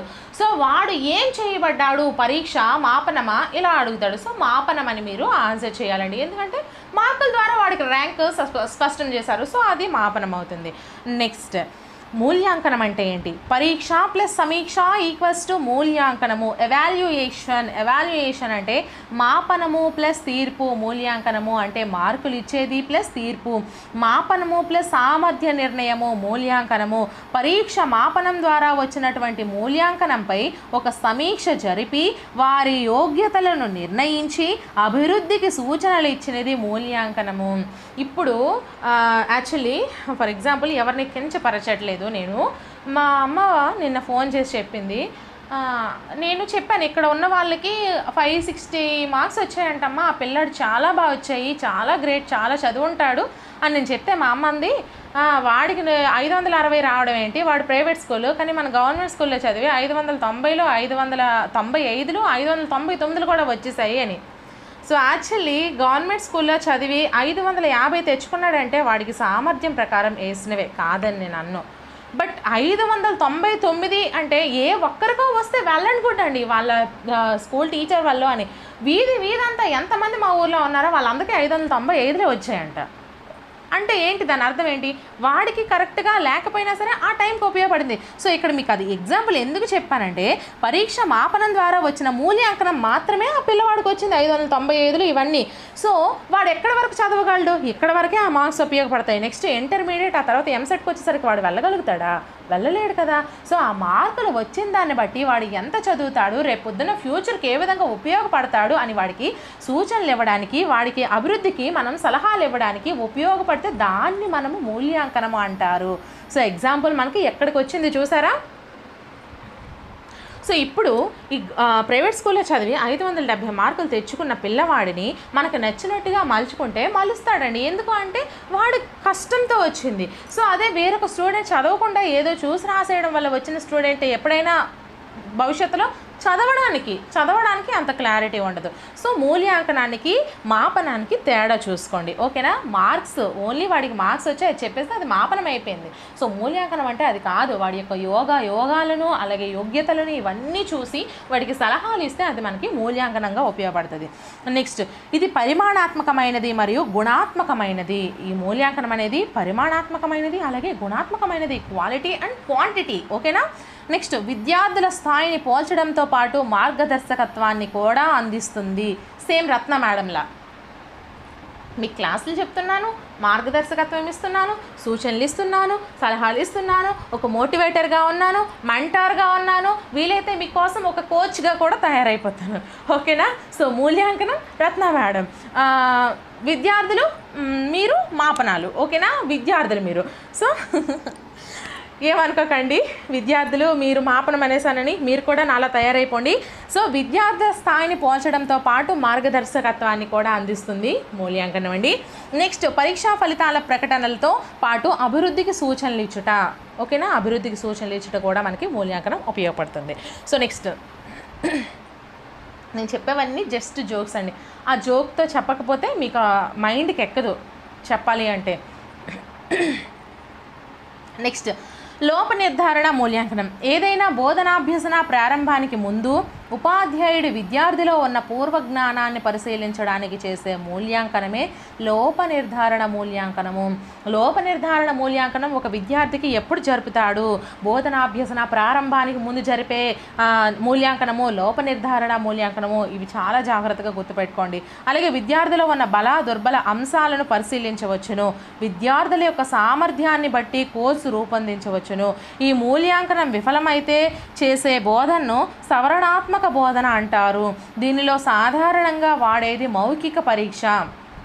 ఇవన్నీ కూడా ఇంపార్టెంట్ పాయింట్స్ అండి. అభ్యసనలో అవరోధాలను గుర్తించవచ్చు. ఇది రూపణ మూల్యాంకనంలో ఒక భాగము. లోప నిర్ధారణ మూల్యాంకనం, ఇవి ఇంపార్టెంట్ పాయింట్స్. నెక్స్ట్, రూపణ లేదా నిర్మాణాత్మక మూల్యాంకనం అంటే ఏంటి? బోధనాభ్యసన జరుగుతూ ఉండగా ఒక టీచర్ వాడు చెప్తూ ఉండగా మధ్యలో భావనలు ఏర్పరచుకునే దశలో, భావనాత్మకం పొందే దశలో చేసే మూల్యాంకనం రూపణ లేదా నిర్మాణాత్మక మూల్యాంకనం అని అంటారు. ఓకేనా. సో దీనిలో వాడే సాధనాలు ఏంటేంటి, నిరంతర పరిపుష్టి అందజేయడం దీని యొక్క ముఖ్య లక్షణం అండి. దీంట్లో వాడే సాధనాలు స్లిప్ టెస్ట్లు, పరిశీలన, నియోజనము, మౌఖిక పరీక్షలు, క్విక్ రివిజన్లు ఇవన్నీ కూడా మనకి రూపణ లేదా నిర్మాణాత్మక మూల్యాంకనంలోకి వస్తాయి. నెక్స్ట్ కోర్సు అభివృద్ధి సూచనలు అందించును, విద్యార్థుల్లో అభ్యసన పటిమను మదింపు చేయును, విద్యార్థిలో ఉన్న అంతర్గత ప్రేరణను ఉత్సాహపరచును, లోప నిర్ధారణ మూల్యాంకనానికి దారి చూపును, నిర్మాణాత్మక మూల్యాంకనంలో విరివిగా వాడే సాధనం మౌఖిక పరీక్ష. నిర్మాణాత్మక మూల్యాంకనంలో విరివిగా వాడే సాధనం మౌఖిక పరీక్ష. నెక్స్ట్ సంగ్రహణ లేదా సంకలనాత్మక మూల్యాంకనం. 3 లేదా 4 నెలల తర్వాత అంటే ఒక టర్ము లేదా సెమిస్టర్ కాలం తర్వాత నిర్వహించే మూల్యాంకనము సంగ్రహణ లేదా సంకలన మూల్యాంకనము.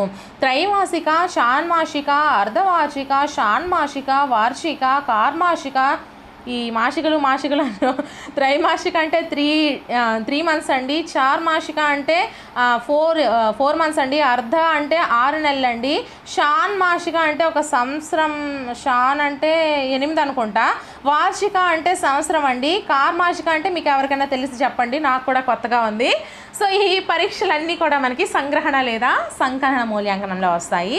సో విద్యార్థిని పై తరగతికి పంపడానికి ఈ మూల్యాంకనం తోడ్పడుతుంది, విద్యా సంస్థల భవిష్యత్ జ్ఞాన ప్రగతిని నిర్ణయిస్తుందండి. అలాగే ఉపాధ్యాయుడు తరగతి గదిలో నిర్వహించే యూనిట్ పరీక్ష, ఇది మీకు ఇంపార్టెంట్, చాలా ఇంపార్టెంట్, జాగ్రత్తగా గుర్తుంచుకోండి. ఉపాధ్యాయుడు తరగతి గదిలో నిర్వహించే యూనిట్ పరీక్ష ఎటువంటి పరీక్ష? రూపణ మూల్యాంకనము. ప్రభుత్వం నిర్ణయించిన సమయంలో జరిగిన యూనిట్ పరీక్ష సంగ్రహణ లేదా సంకలన మూల్యాంకనము. యూనిట్ పరీక్షలు రూపణ మూల్యాంకనము, ప్రగతి పత్రాలు రూపణ మూల్యాంకనము, సెమిస్టర్ కార్డులు సంగ్రహ మూల్యాంకనము. ఓకేనా. నెక్స్ట్ ప్రాగుక్తిక మూల్యాంకనం అంటే ఏంటి? విద్యార్థిలో ఉన్న విద్యా సాధనేతర సహజ సామర్థ్యాలను, నైపుణ్యాలను అభివృద్ధి పరిచేదే ప్రాగుక్తిక మూల్యాంకనం అండి. విద్యార్థి యొక్క భవిష్యత్ జ్ఞాన ప్రగతిని, నైపుణ్యాలను ఇది తెలుపుతుంది. సో నెక్స్ట్ పరీక్షలు రకాలు. సో పరీక్షలు 2 రకాలు, ఉపాధ్యాయ నిర్మిత పరీక్షలు, ప్రామాణీకృత పరీక్షలు. సో ఉపాధ్యాయ నిర్మిత పరీక్షల్లో మౌఖిక పరీక్షలు, రాత పరీక్షలు, ప్రయోగ పరీక్షలు 3 రకాలు. సో మళ్ళీ రాత పరీక్షలు వ్యాసరూప పరీక్షలు, సంక్షిప్త సమాధాన పరీక్షలు, లఘు సమాధాన పరీక్షలు, విషయనిష్ట పరీక్షలు 4 రకాలు. సో మళ్ళీ లఘు సమాధాన పరీక్షల్లో పూరకాలు, ప్రశ్నారూపాలు, సాదృశ్య రూపాలు, సంసర్గ రూపాలు ఇవన్నీ కూడా లఘు సమాధాన ప్రశ్నలండి. అలాగే విషయనిష్ట ప్రశ్నలకు వచ్చేసరికి బహుళైష్ఠిక ప్రశ్నలు, జతపరచడాలు, ఏకాంతర సమాధానాలు, వర్గీకరణలు, మాస్టర్ లిస్టులు ఇవన్నీ కూడా మనకి విషయనిష్ట పరీక్షలు. ఈ పరీక్షల రకాలు కూడా మీకు క్లియర్ అయిపోయింది. నెక్స్ట్ ఉపయోగాలు. ఇవి మెయిన్ ఇంపార్టెంట్, చాలా ఇంపార్టెంట్ అండి. సో తక్కువ కాలంలో ఎక్కువ అంశాలు మౌఖిక పరీక్షలు, ఒక అంశంలో విస్తృత జ్ఞానం వ్యాసరూప ప్రశ్నలు, జ్ఞాపక శక్తి లేదా ధారణా శక్తి ఉపయోగము పూరకాలు లేదా మౌఖిక పరీక్షలు, విశ్లేషణ శక్తి లేదా విచక్షణా శక్తి తెలియజేసేవి బహుళైచ్ఛిక ప్రశ్నలు, అవగాహన మరియు గుర్తింపు శక్తిని జతపరచడాలు, తార్కిక శక్తికి సాదృశ్యాలు, అవగాహనకు వర్గీకరణ ప్రశ్నలు, అభిరుచికి ఏకాంతర సమాధాన లేదా ప్రత్యామ్నాయ స్పందనలు, ఉమ్మడి సంబంధం తెలియజేసేవి సంసర్గాలు. ప్రశ్నలు ఈ రకాలుగా ఉంటాయండి. ఓకేనా. సో నెక్స్ట్ ఉత్తమ ప్రశ్నపత్ర లక్షణాలు ఏంటేంటి? సప్రమాణత లేదా ప్రామాణికత అంటే ఏంటి? ఒక పరీక్ష లేదా ప్రశ్నపత్రం ద్వారా ఉపాధ్యాయుడు ఏ లక్ష్యానికైతే మాపనం చేయాలి అనుకున్నాడో అదే లక్ష్యాన్ని మాపనం చేసే విధంగా ప్రశ్నలు ఇవ్వడం సప్రమాణత. సో ఫర్ ఎగ్జాంపుల్ ఒక విద్యార్థిలో వాడు 4th క్లాస్లో మొత్తం వాడు నేర్చేయాలి అని వాడు పెట్టాడు అనుకోండి ఒక ఎగ్జామ్ అనేది.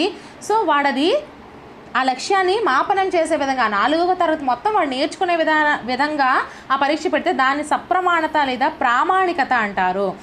ఉపాధ్యాయుడు ఎంచుకున్న లక్ష్యాలకు పరీక్షల్లో ఇవ్వబడిన ప్రశ్నలకి సంబంధం ఉంటే సప్రమాణత ఉన్నట్టేనండి. వాడికి 4th క్లాస్వే ఇస్తే 4th క్లాస్వే రావాలనుకున్నాడు కాబట్టి ఆ ఉపాధ్యాయుడు, సో సప్రమాణత ఉన్నట్టే. అలాగే విశ్వసనీయత అంటే ఏంటి? ఒక విద్యార్థి కానీ ఎక్కువ మంది విద్యార్థులు కానీ ఒకే సందర్భంలో కానీ వేరు సందర్భాల్లో కానీ ఒక పరీక్షను రాసేటప్పుడు ఒకే విధంగా రాయడము అనగా మార్కుల్లో పెద్దగా వ్యత్యాసం లేకపోతే విశ్వసనీయత. ప్రశ్నాపత్ర స్థిరత్వ పటిమను తెలుపుతుంది. విశ్వసనీయత అంటే నిలకడ, అంటే స్థిరము అని అర్థము. ఎంపిక పరీక్షల్లో ఈ లక్షణం కనిపించడం. ఫర్ ఎగ్జాంపుల్ మన టెట్ ఎగ్జామే ఉందండి, ఎన్నిసార్లు పెట్టినా రేపు మనం రాసే టెట్ ఎగ్జాము రేపు రాసేస్తాము, ఆ తర్వాత మళ్ళీ 10 రోజుల తర్వాత పెట్టినా అన్ని మార్కులే వస్తాయి. వేరే ఎక్కడ హైదరాబాద్లో పెట్టినా అవే మార్కులు వస్తాయి, శ్రీకాకుళంలో పెట్టినా అవే మార్కులు వస్తాయి. సో ఈ విధంగా రావడాన్ని మనము విశ్వసనీయత అని అంటాము. ఓకేనా. నెక్స్ట్ లక్ష్యాత్మకత, దీనినే విషయనిష్టత, విషయతంత్రత, వస్త్వాశ్రయత అంటాము. ఒక సమాధాన పత్రాన్ని ఎంతమంది ఉపాధ్యాయులు దిద్దినా అందరికీ ఒకేలా మార్కులు రావడం లక్ష్యాత్మకత. ఫర్ ఎగ్జాంపుల్ నేను రాసినటువంటి ఆన్సర్ షీట్ని ఒక ఉపాధ్యాయుడు దిద్దితే అన్ని మార్కులు వచ్చాయి, 150 మార్కులే వచ్చాయి 150కి. అలాగే వేరే ఉపాధ్యాయుడు దిద్దిన 150కి 150 వచ్చాయి. ఈ విధంగా రావడాన్ని లక్ష్యాత్మకత అంటారు.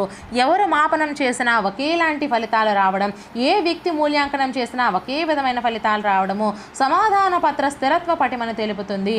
విషయతంత్ర పరీక్షల్లో ఈ లక్ష్యము కనిపిస్తుంది. విషయతంత్ర పరీక్షలు అంటే ఇప్పుడు మనకి పెట్టేది విషయతంత్రం కాదండి, ఎందుకంటే ఎలాగో డెఫినెట్లీ ఈ మార్క్సే వస్తాయి. ఇప్పుడు నార్మల్ ఎగ్జామ్స్ ఉంటాయి కదా, సో దాంట్లో 1-2 మార్కులు ఒక ఉపాధ్యాయుడు దిద్దినప్పుడు అటు ఇటు కావచ్చు, సో అటువంటప్పుడు ఇవి ఉపయోగిస్తారు. నెక్స్ట్ విశ్వసనీయత గల పేపర్కు సప్రమాణత, లక్ష్యాత్మకత గల పేపర్కు సప్రమాణత, విశ్వసనీయత 2 ఉంటాయి. విశ్వసనీయత ఉన్నటువంటి పేపర్కు సప్రమాణత ఉంటుందండి, అలాగే లక్ష్యాత్మకత పేపర్కు సప్రమాణత, విశ్వసనీయత 2 ఉంటాయి. నెక్స్ట్ ఆచరణాత్మకత అంటే పరీక్ష యొక్క నైతిక విలువను అంచనా వేసే లక్షణం. దీనిలో నిర్వహణ సౌలభ్యం, అలాగే గణన సౌలభ్యం, పొదుపు సౌలభ్యం ఇవన్నీ కూడా ఉంటాయి. విచక్షణ అంటే పరీక్ష నిర్వహించిన తర్వాత తరగతి అధిక సామర్థ్యము గల వర్గము, మధ్య సామర్థ్యం గల వర్గము, అలాగే తక్కువ సామర్థ్యం గల వర్గము విభజింపబడితే విచక్షణ స్థాయిలు, దాన్ని విచక్షణ అంటామండి. సో ఫర్ ఎగ్జాంపుల్ ఒక ఎగ్జామ్ పెట్టి వీళ్ళు ఏ గ్రేడు, వీళ్ళు బి గ్రేడు, వీళ్ళు సి గ్రేడు అని విభజిస్తే దాన్ని విచక్షణ అంటారు. నెక్స్ట్ వ్యాపకత అంటే సాధ్యమైనంత వరకు అన్ని బోధనాంశాలని పరీక్షించడమే వ్యాపకత. ఓకేనా. నెక్స్ట్ పరీక్షకు నికషకు గల సంబంధం ఏంటి? పరీక్ష ఎగ్జామినేషన్, నికష టెస్ట్. పరీక్ష ఎగ్జామినేషన్ అంటే వ్యాసరూప ప్రశ్నలు ఉంటాయి, సంక్షిప్త ప్రశ్నలు ఉంటాయి, విషయతంత్ర ప్రశ్నలు ఉంటాయి. కానీ నికషకు వచ్చేసరికి విషయతంత్ర ప్రశ్నలు మాత్రమే ఉంటాయి.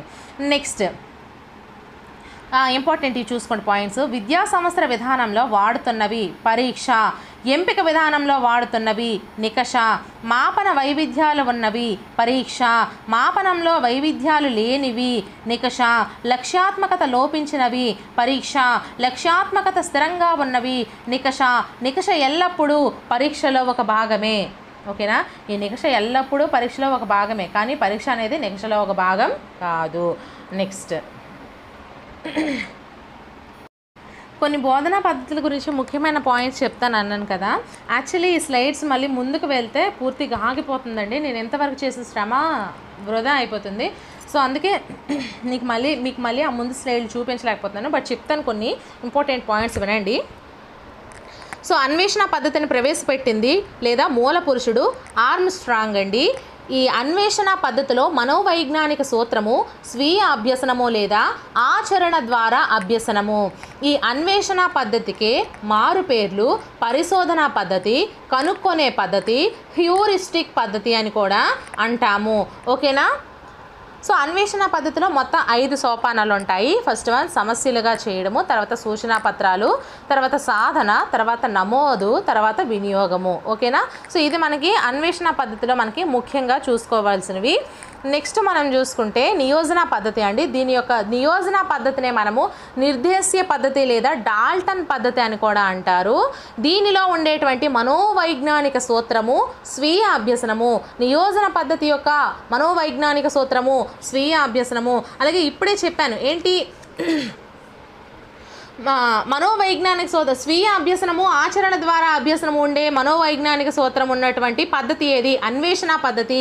అదే మనోవైజ్ఞానిక సూత్రం స్వీయ అభ్యసనం మాత్రమే ఉండేది నియోజన పద్ధతి. ఈ విధంగా మీరు చూసుకోండి. సో ఇందులో మనకి సన్నాహ భాగము, ప్రయోగశాల భాగం అనేవి ఉంటాయి. నెక్స్ట్ మనం చూసుకుంటే ఉపన్యాస పద్ధతి అండి. ఇది అతి పురాతనమైన పద్ధతి. దీన్నే లెక్చర్ పద్ధతి అని కూడా అంటారు.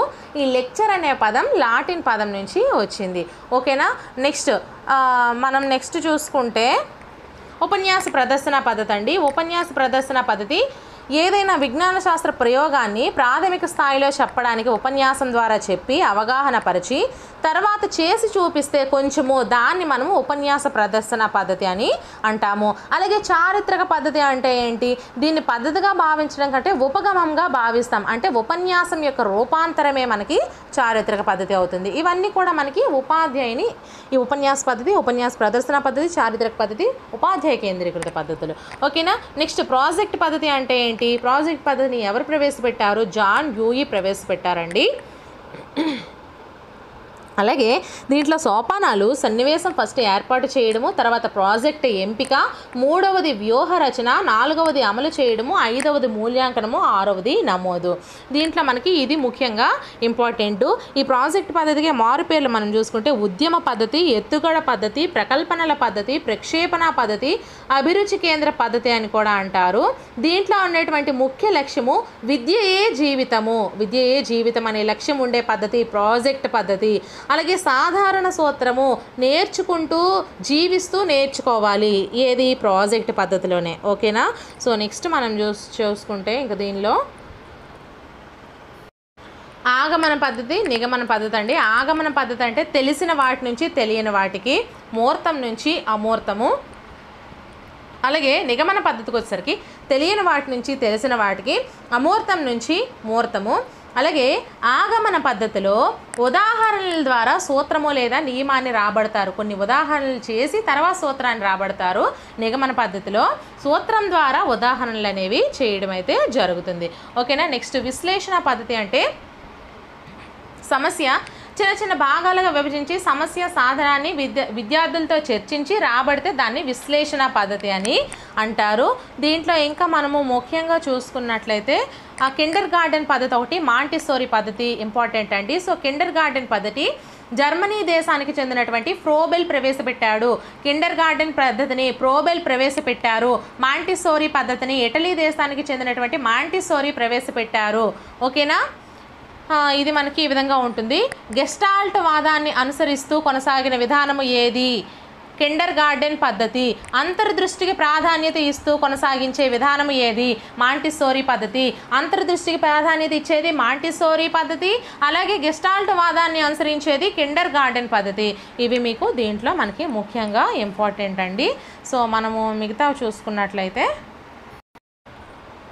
పూసల చట్రంలో మనకి ఒక చెక్క మేట పైన ఇలాగా గీతలు ఉండి దానికి పూసలు వేస్తారు కదా. సో దాన్ని మనము పూసల చట్రం అంటారండి.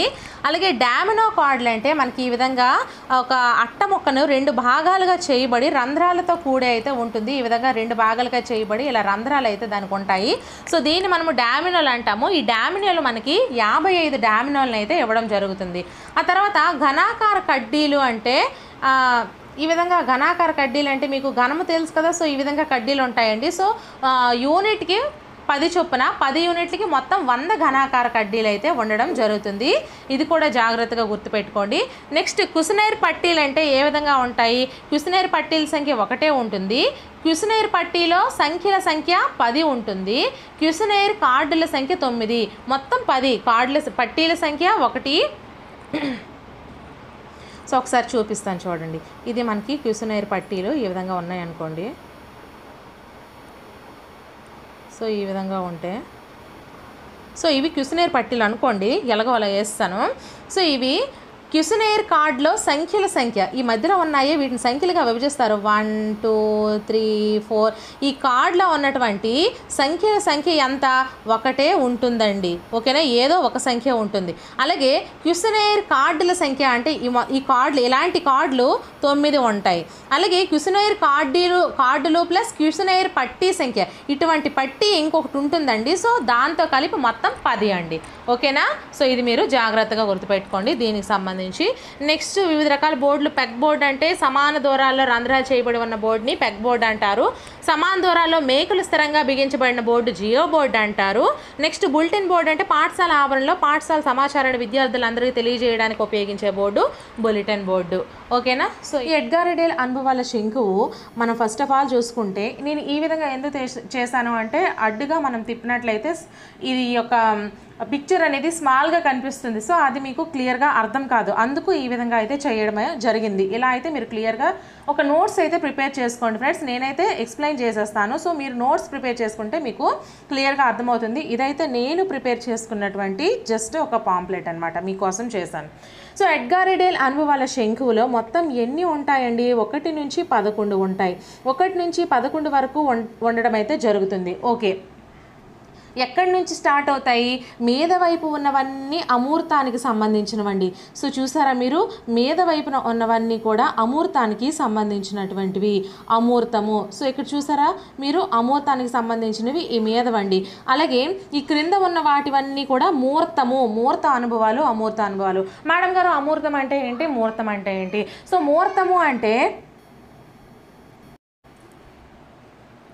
మూర్తము అంటే కంటికి కనిపించే వాటిని మూర్తము అంటారండి. కంటికి కనిపించని వాటిని, ఏవైతే కంటికి కనిపించకుండా ఉంటాయో వాటిని మనము అమూర్తము అంటారు. సో మూర్త అనుభవాలన్నీ క్రిందన ఉంటాయండి, అమూర్త అనుభవాలు మీదన ఉంటాయి. సో మనకి ఇక్కడ క్వశ్చన్ ఫార్మింగ్ ఏ విధంగా అడుగుతారో ఒకసారి చూసుకుందాము. ఒక ఉత్తమ ఉపాధ్యాయుడు అనుసరించే క్రమము 1 నుంచి 11 వరకు అంటే ఈ మూర్తము నుండి అమూర్తం వైపుకి ఇలా వెళ్ళాలండి ఒక ఉత్తమ ఉపాధ్యాయుడు అనుసరించవలసినవి. ఫర్ ఎగ్జాంపుల్ ఒక పిల్లలకి చెప్పాలనుకోండి, వాడు ఫస్ట్ ఆ ఉపాధ్యాయుడు ప్రత్యక్ష ప్రయోగాత్మక అనుభవాల్ని చేయాలి, ఆ తర్వాత కల్పిత అనుభవాలు కల్పించాలి, నాటకీకరణము, తర్వాత ప్రదర్శనలు, ఇవన్నీ చేసుకుంటూ వెళ్తేనే వాడికి శాబ్దిక చిహ్నాలు అంటే కంటికి కనిపించకపోయినా సరే వాడు గుర్తించగలుగుతాడు. ఎప్పుడు ఆ స్టేజ్కి వాడు వెళ్ళినప్పుడు మాత్రమే. బట్ 1వ తరగతి పిల్లాడికి ఒరే ఒక పొట్లకాయ అంటే ఏమని తెలుస్తుంది, వాడికి అస్సలు తెలియదు. సో మీరు ఏం చేయాలి, చూపించాలి, చేత్తో పట్టుకొని చూపిస్తే వాటిని ఏమంటారు, ప్రత్యక్ష ప్రయోగాత్మక అనుభవాలు అంటారు. సో పొట్లకాయ పేరు ఒక బొమ్మ చూపించేసి ఇదేం పేర్రా అంటే పొట్లకాయ అంటే అక్కడ మనకి ఏట వస్తుంది, శాబ్దిక, ఈ మేద్ది శాబ్దిక చిహ్నాలు అనేది వస్తుంది. మెయిన్గా మనకి ఉపన్యాసం చేసేవన్నీ కూడా శాబ్దిక చిహ్నాలేనండి. శాబ్దిక చిహ్నాలలో మనకి ఉపన్యాసం చేసేవన్నీ కూడా మనకి శాబ్దిక చిహ్నాల రూపంలోకి వస్తాయి. నెక్స్ట్ కార్టూన్లు, వ్యంగ్య చిత్రాలు, చార్టులు, పోస్టర్లు, మ్యాప్లు, గ్రాఫులు, వార్తాపత్రికలు, పాంప్లెట్స్, ఇవన్నీ కూడా దృశ్య సాధనాలు. ఏంటేంటి? కార్టూన్లు, వ్యంగ్య చిత్రాలు, చార్టులు, పోస్టర్లు, మ్యాప్లు, గ్రాఫులు, వార్తాపత్రికలు, పాంప్లెట్స్, ఇవన్నీ కూడా మనకి దృశ్య సాధనాలు. సో మేడం గారు మీరు ఇలా చెప్తున్నారు కానీ మాకు అసలు అర్థం కావట్లేదండి, మాకు అసలు ఏం చేయాలి, ఇది అసలు ఎందుకు చెప్తున్నారు, ఎలా చెప్తున్నారు కూడా మాకు అర్థం కావట్లేదు. సో మీకు క్వశ్చన్ ఫార్మింగ్ ఎలా అడుగుతారు అనేది ఒకసారి చెప్తాను చూడండి. సో మనకి క్వశ్చన్ ఏ విధంగా అడగొచ్చు, ఉపన్యాస పద్ధతిలో ఒక ఉపాధ్యాయుడు బోధించేశాడు, అది ఈ ఎడ్గార్ ఎడేల్ అనుభవాల శంకువులో ఏ దశలకు ఉంటుంది? 11వ దశ శాబ్దిక చిహ్నాలు అనేది ఆన్సర్ చేయాలి. సో మీకు ఆప్షన్స్లో వేస్తారు. అలాగే లేదంటే మ్యూజియంకు ఒక ఉపాధ్యాయుడు విద్యార్థులందరినీ తీసుకుని వెళ్ళాడు, ఇవి ఈ ఎడ్గార్ ఎడేల్ శంకువులోని ఎన్నవ నంబర్లోకి వస్తుంది, ఈ ఎడ్గార్ ఎడేల్ శంకువులో ఏ స్థానంలోకి వస్తుంది? 6వ స్థానము. మ్యూజియంలన్నీ కూడా మనకి 6వ స్థానంలో ఉంటాయి. ఎప్పుడైనా ఎడ్గార్ ఎడేల్ అనుభవాల శంకువు మూర్తం నుంచి అమూర్తం వైపుకి వెళ్తుందండి, క్రింది నుంచి మీదకి 1, 2, 3 ఇవి చూసారా, 1, 2, 3, 4, 5, 6 ఇలా వేసాను కదా, 11. అదే 10 మాత్రమే ఎడ్గార్ ఎడేల్ శంకువులో ఉన్నాయి అనుకుంటే కదిలే చలనచిత్రాలు, అలాగే పర్యటనలు, అలాగే టెలివిజన్, ఈ 2 కలిపి 1గా చేస్తారు. అంటే 7, 8 కలిపి ఒక 7గా చేస్తే అప్పుడు మనకి 10 మాత్రమే బాక్సెస్ వస్తాయి. సో 10 మాత్రమే అక్కడ ఎడ్గార్ ఎడేల్ అనుభవాల శంకువులో ఉంటాయి, 10 అనుభవాలు మాత్రమే. బట్ ఇక్కడ 11 అనుభవాలు. ఏవేవి కలిపితే 10 వస్తాయి? కదిలే పర్యటనలు, చలనచిత్రాలు లేదా టెలివిజన్, ఈ రెండింటిని కలిపితే మనకి 10 రావడం అయితే జరుగుతుంది. సో మీకు క్వశ్చన్ ఫార్మింగ్ ఏ విధంగా వస్తుందని చెప్పాను ఆల్రెడీ. నెక్స్ట్ విందాం నేర్చుకుందాం అనే కార్యక్రమం మనం ఎక్కడండి చూస్తాము? రేడియో, రికార్డులు వీటిలో కదా చూస్తాము. సో విందాం నేర్చుకుందాం అనే కార్యక్రమం ద్వారా ఒక ఉపాధ్యాయుడు ఒక పిల్లవాడికి బోధిస్తున్నాడు. సో ఇది ఎడ్గార్ ఎడేల్ అనుభవాల శంకువులో ఏ దశలో ఉంటుంది అనేసి మనకు కొన్ని ఆప్షన్స్ ఇస్తాడు. అప్పుడు మీరు ఆన్సర్ ఏం చేయాలి? రేడియో, రికార్డులు లేదా కదలని సాధనాలు. అది ఇవ్వకుండా మీకు నెంబర్ అడిగాడు అనుకోండి, 9 అని పెట్టండి.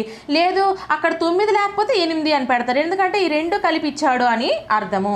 నెక్స్ట్ ఫిల్ములు, ఫిల్మ్ స్ట్రిప్లు, స్లైడ్స్, ప్రొజెక్టరు ఇవన్నీ కూడా మనకి కదిలే పర్యటనలు, చలనచిత్రాల్లోకి వస్తాయి. టెలిస్కూల్ కార్యక్రమం అనేది టెలివిజన్ కిందకి వస్తుంది. మ్యూజియం అనేది ప్రదర్శితాలు లేదా ఎగ్జిబిట్లోకి వస్తుంది. పంట పొలాలకు లేదా క్షేత్రాలకు తీసుకుని వెళ్ళి అనుభవం ద్వారా పిల్లలకు నేర్పిస్తే క్షేత్ర పర్యటనలో అవుతుంది. సైన్స్ ఫేర్లు, జూలు ఇవన్నీ కూడా మనకి మాదిరి పాఠాలు లేదా ప్రదర్శనల క్రిందకి వస్తాయి. ఉపాధ్యాయుడు మాటల రచయితగా ఉంటే నాటకీకరణం అవుతుంది. త్రిమితీయ ఉపకరణాలు, నమూనా, స్పెసిమన్లు, డయోరమా, రిలీఫ్లు ఇవన్నీ కూడా మనకి కల్పిత అనుభవాల క్రిందకి వస్తాయి. వానపామును ప్రత్యక్షంగా చూపిస్తే దాన్ని ప్రత్యక్ష లేదా ప్రయోగాత్మక అనుభవాలు అంటారండి. అదే వానపామును ఏదో ఒక పటంలో చూపించేసి ఒరే దీని పేరేంట్రా అని అడిగితే అది మనకి ఇక్కడ ఫస్ట్ది శాబ్దిక చిహ్నాలు, ఈ మీదది ఈ శాబ్దిక చిహ్నాల్లోకి వస్తుంది. సో డిఫరెన్స్ అనేది మీరు చూసుకోండి మూర్తానికి అమూర్తానికి. నెక్స్ట్ దీని నుంచి మనకి వచ్చేటువంటి ముఖ్యమైన ఇంపార్టెంట్ ఏంటి అంటే ఇక్కడ అనుభవాల విస్తృతి అనేది కింద నుంచి పైకి వెళ్ళేటప్పటికి ఇలాగా కింద నుంచి పైకి వెళ్ళేటప్పుడు అనుభవాల విస్తృతి తగ్గుతుంది. అనుభవాల విస్తృతి తగ్గుతుంది అంటే అనుభవాలు అనేవి ఇక్కడ మనకి ఏంటి కనిపించినవి, ఆ తర్వాత కొంచెం కనిపించినవి, ఆ తర్వాత కొంచెం ప్రదర్శింపజేసేవి, ఇలా మనకి తగ్గుతూ వెళ్తుంది కదా. సో అనుభవాల విస్తృతి అనేది తగ్గిపోతుంది. ఆ తర్వాత అమూర్తము పెరిగే దశ. అమూర్తం పెరిగే దశ ఏదండి? మూర్తం నుంచి మీదకి అమూర్తం వైపుకి వెళ్తే అమూర్తమే పెరుగుతుంది కదా. సో దీన్ని మనము అమూర్తం పెరిగే దశ అంటాము. అలాగే దీన్ని మనము మూర్తము తగ్గే దశ అని అంటాము. ఇది మీకు క్లియర్ అయింది. నెక్స్ట్ మూర్తము పెరిగే దశ అంటే మీద నుంచి క్రిందికి వస్తే మూర్తము పెరిగే దశ. అలాగే నెక్స్ట్ చార్టుపై మీకు ఇక్కడ ఇంపార్టెంట్ ఏంటంటే ఒకటి చిత్రానికి మళ్ళీ పటానికి డిఫరెన్స్ ఉందండి. చిత్రం అంటే ఏంటి, పటము అంటే ఏంటి? చార్టుపై గీసిన చిత్రము పటమండి, ఓకేనా. చార్టుపై ఏదైతే ఒక బొమ్మను గీస్తామో దాన్ని మనము పటము అంటారు. అలాగే ఆ పటం మీద ఉబ్బెత్తుగా ఫర్ ఎగ్జాంపుల్ ప్లాస్టర్ ఆఫ్ పారిస్తో కానీ ఒక గమ్తో కానీ ఉబ్బెత్తుగా చేతికి ఇలా మనం చేతిని తగిలిస్తే అది ఉబ్బెత్తుగా కనిపించింది అనుకోండి, దాన్ని మనము చిత్రము అని అంటాము. చార్టు మీద గీసింది పటం అవుతుంది, ఉబ్బెత్తుగా ఉంటే అది చిత్రం అవుతుంది. ఇది కూడా మీరు జాగ్రత్తగా గుర్తుపెట్టుకోండి. ఇవన్నీ కూడా పాయింట్స్ అండి, నేను చెప్పినవన్నీ కూడా మీకు పాయింట్స్. ఈ విధంగా మీకు క్వశ్చన్స్ అయితే అడిగే అవకాశం ఉన్నాయి. నెక్స్ట్ వానపాము పటాన్ని చూపించి ఇదేంట్రా అని అడిగితే అప్పుడు మనకి శాబ్దిక చిహ్నాలు వస్తాయండి. అదే వానపాముని ప్రత్యక్షంగా చేత్తో పట్టుకొని చూపిస్తే అది మనకి ప్రత్యక్ష లేదా ప్రయోగాత్మక అనుభవాలు 1వ క్రిందికి వస్తుంది. ఎడ్గార్ ఎడేల్ శంకువులు అని 1వ భాగంలోనికి వస్తుంది. ఓకేనా. ఇక్కడ మీకు మొత్తం క్లియర్గా ఎక్స్ప్లెయిన్ చేశాను. సో ఇప్పుడు మీకు క్వశ్చన్స్ అడిగితే ఎలా వస్తాయి అనే దాని గురించి మీకు క్లియర్గా అర్థమవుతుంది. ఒక క్వశ్చన్స్ అయితే మనం చూసుకుందాము. సో మనము కొన్ని క్వశ్చన్స్ అయితే చూసుకుందామండి. ఆ క్వశ్చన్స్ ఏ విధంగా అడుగుతారనేది. ఫర్ ఎగ్జాంపుల్ ఒక క్వశ్చన్ మనం చూసుకుంటే శంకువులోని టీవీల స్థానము ఏంటి? ఏ మ్యూజియంల ముందు, బి ఫిల్ముల ముందు, సి చార్టుల ముందు, డి సైన్స్ ఫేర్ ముందు. టీవీల స్థానం, టీవీ అంటే ఏంటండి? టెలివిజన్ కదా. ఈ టెలివిజన్ ఎక్కడుంది? సో చూసారా ఈ టీవీల స్థానం ఎక్కడుంది? మనకు ఆప్షన్స్ ఏమి ఇచ్చాడు? మ్యూజియంలకు ముందుందా, ఫిల్ములకు ముందుందా, చార్టులకు ముందుందా, సైన్స్ ఫేర్లకు ముందుందా? సో మనకి ఎక్కడుంది? ఫిల్ములకు ముందుగా ఉంది. చలనచిత్రాలు ఫిల్ములు కదా. So film. సో మనకి క్వశ్చన్స్ ఇంకా ఏ విధంగా అడగొచ్చు? వానపాము యొక్క చిత్రాన్ని పరిశీలిస్తే అది ఏమవుతుంది? ఎడ్గార్ ఎడేల్ అనుభవాల శంకువులో ఎన్నో నెంబర్ క్రింద వస్తుంది లేదా దేని క్రిందకి వస్తుంది అంటే మనం ఏం చెప్పాలి? శాబ్దిక చిహ్నాలు లేదా 11వది వస్తుందండి. సో ఇక్కడ మీకు చూపిస్తాను చూడండి. శాబ్దిక చిహ్నాలు లేదా 11వది క్రిందికి వస్తుంది. ఇక్కడ ఇది వస్తుందండి. అలాగే మనకి ఇంకేం అడుగుతారు? అదే వానపాముని పట్టుకొని చూపిస్తే ప్రత్యక్ష లేదా ప్రయోగాత్మక అనుభవాలు. సో మనం ఇంకా ఎలా క్వశ్చన్స్ అడుకోవచ్చు? శంకువులో విందాం నేర్చుకుందాం కార్యక్రమం మూల భాగం నుండి ఎన్నవది? Option A 3, option B 9, option C 8, option D 7. So answer చెప్పండి. ఆప్షన్ బి అవుతుందండి. 9వది అవుతుంది కదా. సో ఇక్కడ మీకు చెప్పాను ఆల్రెడీ, విందాం నేర్చుకుందాం అనేది మనకి ఏమవుతుంది, విందాం నేర్చుకుందాం అనేది ఈ రేడియో రికార్డులు అంటే 9వది. ఈ 9వది అని ఆన్సర్ చెప్తారు. మూల భాగం అంటే ఈ క్రింది భాగం అండి. ఓకేనా. అగ్రభాగము అంటే మీద భాగము, మూల భాగము అంటే ఈ క్రింది భాగం. ఈ విధంగా అయితే మనకి దీని నుంచి క్వశ్చన్స్ అడిగే అవకాశం అయితే ఉంది.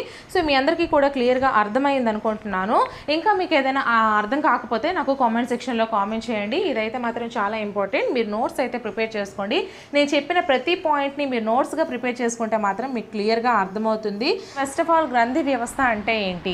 ఈ గ్రంథి వ్యవస్థ మానవ శరీరంలోని వివిధ అవయవాల మధ్య సమన్వయం ఏర్పరిచే వాటిలో హార్మోనులు అనే రసాయన పదార్థాలు ముఖ్య పాత్రను వహిస్తాయండి. సో నేను యాక్చువల్లీ ఇది నోట్స్ ప్రిపేర్ చేసేంత టైం మరి నాకు లేదండి. సో అందుకే నేను మీకు ఇలా ఎక్స్ప్లెనేషన్ చేస్తున్నాను. సో ఎవరు ఫీల్ అవ్వకండి. సో మూర్తిమత్వాన్ని కూడా ఇది మనకి ప్రభావితం చేస్తుంది. మూర్తిమత్వాన్ని గ్రంథి వ్యవస్థ అనేది ప్రభావితం చేయడం ఉంటుంది. సో రసాయన పదార్థాలను స్రవించే కణజాలాన్ని గ్రంథులు అంటారు. రసాయన పదార్థాలను ఏవైతే విడుదల చేస్తాయో వాటిని మనము గ్రంథులు అంటామండి. గ్రంథులు మనకి 2 రకాలు. ఒకటి నాళ సహిత గ్రంథులు, 2 నాళ రహిత గ్రంథులు లేదా అంతఃస్రావక గ్రంథులు. ఓకేనా. సో నాళ సహిత గ్రంథులు అంటే ఏంటి? ఇవి తమ స్రావకాలను నేరుగా రక్తంలోకి స్రవించవండి. ఉదాహరణకు లాలాజల గ్రంథులు, జఠర గ్రంథులు, కాళేయము, మూత్రపిండాలు, స్వేద గ్రంథులు, జననాంగ గ్రంథులు. వీటి వల్ల ఇవి మనకి లాలాజలం తీసుకున్నాం అనుకోండి, లాలాజలం ఏమైనా మనకి నరాల్లో కానీ రక్తంలోకి కానీ స్రవిస్తుందా? లేదు కదా, మన నోట్లో ఓడుతుంది. సేమ్ అలానే అన్నీ కూడానండి, లాలాజల గ్రంథులు, జఠర గ్రంథులు, కాళేయము, మూత్రపిండాలు, స్వేద గ్రంథులు, జననాంగ గ్రంథులు ఇవన్నీ కూడా మనకి నాళ సహిత గ్రంథులలో వస్తాయి. నాళ సహిత గ్రంథులు ఇవి నేరుగా రక్తంలోకి వాటి యొక్క స్రావకాలను స్రవించవు. వీటి వలన జీర్ణ విసర్జన క్రియలు కూడా ప్రభావితం అవుతాయి. ఓకేనా. వీటి యొక్క స్రవించడం వలన జీర్ణ విసర్జన క్రియలు కూడా ప్రభావితం అవుతాయండి. రెండోది ఏంటి? నాళ రహిత గ్రంథులు లేదా అంతఃస్రావక గ్రంథులు. వీటికి నాళాలు ఉండవు. ఇవి విడుదల చేసే రసాయన పదార్థాలను హార్మోన్లు అంటారు. సో జాగ్రత్తగా గుర్తుపెట్టుకోండి.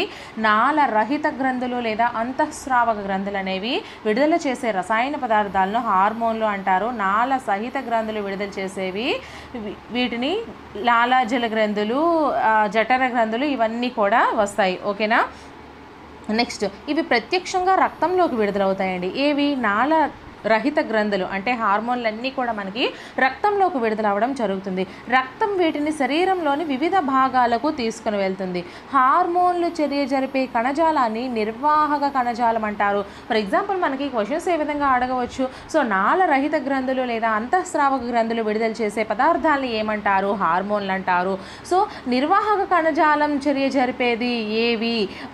ఎటువంటి గ్రంథులు? నాళ రహిత లేదా అంతఃస్రావక గ్రంథులు. ఈ విధంగా మనకి క్వశ్చన్ ఫార్మేట్ అనేది అడిగే అవకాశం ఉంది. నెక్స్ట్ జీవ ప్రక్రియల స్థాయిని పెంచడం కానీ తగ్గించడం కానీ చేస్తాయి. అలాగే వినాళ గ్రంథుల గురించి, వాటి స్రావకాల గురించి ఏర్పడే ప్రవర్తన రీతులు, మూర్తిమత్వ లక్షణాల గురించి ఇప్పుడు మనం తెలుసుకుందాం. సో ఇవన్నీ కూడా మనకి పిట్యూటరీ గ్లాండ్ అని, పీయూష గ్రంథి అని ఇవన్నీ కూడా మనకి నాళ రహిత గ్రంథులు అంటే హార్మోన్స్ అండి ఇవన్నీ. సో ఒకసారి మనం చూసేద్దాము. పీయూష గ్రంథి గురించి తెలుసుకుందాం. మానవ దేహంలో దీనిని అతి ప్రధాన గ్రంథిగా చెప్తారు, మాస్టర్ గ్లాండ్. ఓకేనా. సో ఇది ముందు వెనుక భాగాన, మధ్య మెదడు ముందు భాగాన బఠానీ గింజ పరిమాణంలో ఉండి దేహంలోని ఇతర గ్రంథుల పనితీరును కూడా నియంత్రిస్తుంది. కనుకనే దీన్ని ప్రధాన గ్రంథిగా చెప్పుకుంటారు. కాబట్టి దీన్ని master gland, king of glands, గ్రంథుల రారాజు అంటారు. సో మనకి క్వశ్చన్ ఏ విధంగా అడుగుతారు? మాస్టర్ గ్లాండ్ అని దేన్ని పిలుస్తారు? కింగ్ ఆఫ్ ద గ్లాండ్స్ అని దేనికి పేరు? గ్రంథుల రారాజు అని వేన్ని అంటారు. సో ఈ విధంగా మనకి క్వశ్చన్స్ అయితే అడిగే అవకాశం ఉంది. సో ఇది మనకి ఎక్కడ ఉంటుంది? ముందు మెదడు వెనుక భాగాన, మధ్య మెదడు ముందు భాగాన బఠానీ గింజ పరిమాణంలో ఉండి దేహంలోని ఇతర గ్రంథుల పనితీరును కూడా ఇది నియంత్రిస్తుందండి. అందుకే దీన్ని మనము ప్రధాన గ్రంథి లేదా మాస్టర్ గ్లాండ్ లేదా కింగ్ ఆఫ్ ద గ్లాండ్స్ లేదా గ్రంథుల రారాజు అని పిలుస్తాము. ఈ గ్రంథి మామూలుగా స్రవిస్తే చురుకుగాను, చతురతతోనూ, సాత్విక స్వభావుడిగాను, మానసిక స్థిరత్వం కలవాడిగాను ఉంటారు. అంటే నాలా అంటే రత్న మేడంలా. సో నేను చాలా చురుగ్గా ఉంటా కదా అన్ని విషయాల్లో. సో ఈ గ్రంథి మామూలుగా స్రవిస్తే చురుకుగా ఉంటాడు, అలాగే చతురతతో ఉంటాడు, సాత్విక స్వభావుడిగా ఉంటారు, మానసిక స్థిరత్వం కలవాడిగా ఉంటారు. అదే తక్కువగా ఉంటే తక్కువగా పనిచేస్తే మందబుద్ధితోనూ నిరాశతోనూ ఉంటారు. అంటే మీలా అంటే మాకు మార్క్స్ వస్తాయో రావో, అయ్యో మేము చదవలేదు, జస్ట్ జోక్ అండి, ఎవరు ఫీల్ అవ్వకండి. జస్ట్ మీకు ఒక అవగాహన రావడం కోసం ఇటువంటి చిన్న చిన్న జోక్స్ అయితే నేను వేస్తూ ఉంటాను నా క్లాసెస్లో. సో మందబుద్ధితోనూ నిరాశతోనూ ఉంటారనమాట. ఎందుకుంటారు? మానసిక తక్కువగా విడుదలైతే, ఈ హార్మోన్ తగిన పరిమాణంలో విడుదలైతే వాళ్ళు బాగానే ఉంటారు, బట్ తక్కువ పరిమాణంలో విడుదలైతే మందబుద్ధితోనూ నిరాశతోనూ ఉంటారు. ఇది ఎందుకు ఇలా చెప్తున్నానంటే ఇలా కూడా క్వశ్చన్స్ అడిగే అవకాశం ఉందండి. మందబుద్ధితోనూ నిరాశతోనూ ఉంటారు కొంతమంది. సో వాళ్ళకి ఏ గ్రంథి అనేది, ఏ హార్మోన్ తక్కువగా విడుదలైతే అని అడుగుతారు. సో క్వశ్చన్ అప్పుడు ఆన్సర్ ఏం పెట్టాలి మీరు? మాస్టర్ గ్లాండ్ లేదా పీయూష గ్రంథి అని మీరు పెట్టుకోవాలి. ఓకేనా? సో నెక్స్ట్ మనం చూసుకుంటే ఈ మాస్టర్ గ్రంథిలోనే ఇది విడుదల చేసే 9 రకాల హార్మోనుల్లో గ్రోత్ హార్మోన్ అనేది మన ఎదుగుదలకు తోడ్పడుతుంది. ఎదుగుదలకు తోడ్పడే hormone growth hormone. Growth hormone ఎక్కువైతే జైగాంటిజం, తక్కువైతే డార్ఫిజం కలుగుతుంది. జైగాంటిజం అంటే పొడుగ్గా ఉంటారు కదండి, జైగాంట్స్ అంటారు. సో నేను ఇంటర్మీడియట్ చదివేటప్పుడు ఒకసారి అనేది చాలా హైట్గా ఉండేవాళ్ళు. సో అతన్ని జైగాంట్ సార్ అనేసి అనేవాళ్ళు అనమాట. అంటే సరదాగా పిల్లలు పెట్టుకునే పేర్లండి అవి. కానీ అతను క్లాస్ చెప్తే మాత్రం ఎక్సలెంట్గా చెప్పేవాళ్ళండి. కెమిస్ట్రీ చెప్పేవాళ్ళు, సూపర్గా చెప్పేవాళ్ళు నాలానే. సో నెక్స్ట్ తక్కువైతే డ్వార్ఫిజం అంటే కొంచెం పొట్టిగా ఉన్నవాళ్ళు. నెక్స్ట్ జైగాంటిజం అంటే అతి దీర్ఘకాయత్వం, మరియు డార్ఫిజం అంటే మరగుజ్జుతనం. చెప్పాను కదా ఇప్పుడే. సో నెక్స్ట్ లైన్లోనే నేను చెప్పిందే ఉంది. అతి దీర్ఘకాయత్వాన్ని జైగాంటిజం అంటారు, డార్ఫిజంనే మరగుజ్జుతనం అని అంటారు. ఈ గ్రంథి ప్రధానంగా వ్యక్తి యొక్క కండరాలు, లైంగిక అవయవాలపై ప్రభావం చూపిస్తుందండి. ఈ గ్రంథి సో ఇవన్నీ కూడా మనకి పీయూష గ్రంథి యొక్క లక్షణాలండి. నెక్స్ట్ థైరాయిడ్ గ్రంథి లేదా అవటు గ్రంథి. ఈ గ్రంథి గొంతులో వాయునాళానికి ముందు భాగాన ఉంటుంది. ఇది విడుదల చేసే హార్మోన్ థైరాక్సిన్. థైరాయిడ్ గ్రంథి విడుదల చేసే హార్మోన్ థైరాక్సిన్. థైరాక్సిన్ విడుదలకు అయోడిన్ అనే ఖనిజ లవణం అనేది అవసరం. అయోడిన్ లోపిస్తే సామాన్య గాయిటర్ అనే పరిస్థితి ఏర్పడుతుందండి. సో థైరాయిడ్ గ్రంథి విడుదల చేసే హార్మోన్ థైరాక్సిన్. థైరాక్సిన్ విడుదలకు అయోడిన్ అనే ఖనిజ లవణం అవసరము. అయోడిన్ లోపిస్తే సామాన్య గాయిటర్ అనే పరిస్థితి కూడా ఏర్పడుతుంది. నెక్స్ట్ థైరాక్సిన్ లోపించిన పిల్లల్లో తన్యత ఏర్పడుతుందండి. తన్యత అనేది ఏర్పడుతుంది. అలాగే సోమరితనం, మందకుడిగా కూడా పనిచేస్తారు. మందకుడిగా సోమరితనం ఎందుకు పనిచేస్తారు? ఏ గ్రంథి, ఏ హార్మోన్ విడుదలవ్వడం తక్కువైతే అని. సో థైరాయిడ్ లేదా అవటు గ్రంథి అని మీరు చూసుకోండి. అలాగే థైరాక్సిన్ కౌమార దశలో తక్కువైతే క్రెటినిజం, వయోజన దశలో తక్కువైతే మిక్సోడిమా పరిస్థితి అనేది ఏర్పడుతుందండి. సో క్రెటినిజం అంటే ఏంటి? మిక్సోడిమా అంటే ఏంటి? క్రెటినిజం అంటే మందబుద్ధిత్వం, విలంబిత మానసిక వికాసము, అస్థిపంజర పెరుగుదలలో లోపము, జననేంద్రియ వికాసం ఆలస్యం అవడం, వీటిని మనము క్రెటినిజం అని అంటారు. అదే మిక్సోడిమా అంటే నిద్రలేమి, మందకుడి ప్రవర్తన, మందబుద్ధితో ప్రవర్తించడం, లైంగిక ఆసక్తి లేకపోవడం. గొంతులో ఉండే ఈ గ్రంథి స్రావకం ఎక్కువగా విడుదలైతే వ్యక్తి ప్రభావశీలిగాను, అత్యాశాపరుడిగాను, తక్కువైనప్పుడు ప్రజ్ఞాహీనులుగాను, మందబుద్ధులుగాను ఉంటాయి. ఇది ప్రజ్ఞా వికాసం మీద పనిచేస్తుందండి థైరాయిడ్ గ్రంథి లేదా అవటు గ్రంథి. ఓకేనా? ఇవన్నీ కూడా మీకు చాలా ఇంపార్టెంట్ పాయింట్స్ అండి, అందుకే మీకు ఇన్నిసార్లు మరి చెప్తున్నాను. సో థైరాయిడ్ గ్రంథి విడుదల చేసే హార్మోన్ థైరాక్సిన్. ఇది అయోడిన్ అనే ఖనిజలవణం దీనికి అవసరము. ఇది విడుదల కావడానికి అయోడిన్ లోపిస్తే సామాన్య గైటర్ అనే పరిస్థితి ఏర్పడుతుంది. థైరాక్సిన్ లోపించిన పిల్లల్లో తన్యత ఏర్పడుతుంది. వీళ్ళు సోమరితనము, మందకులుగా పనిచేస్తారు. థైరాక్సిన్ కౌమార దశలో తక్కువైతే క్రెటినిజము, వయోజన దశలో తక్కువైతే మిక్సోడిమా ఏర్పడుతుంది. సో క్రెటినిజం అంటే మందబుద్ధిత్వం, విలంబిత మానసిక వికాసం, అస్థిపంజర పెరుగుదలలో లోపము, జనేంద్రియ వికాసం ఆలస్యం కావడము. మిక్సోడిమా అంటే నిద్రలేమి, మందకుడి ప్రవర్తన, మందబుద్ధితో ప్రవర్తించడము, లైంగిక ఆసక్తి లేకపోవడము. గొంతులో ఉండే ఈ గ్రంథి స్రావకం ఎక్కువగా విడుదలైతే వ్యక్తి ప్రభావశీలిగాను, అత్యాశాపరుడిగాను, తక్కువైనప్పుడు ప్రజ్ఞాహీనులుగాను ఉంటారు.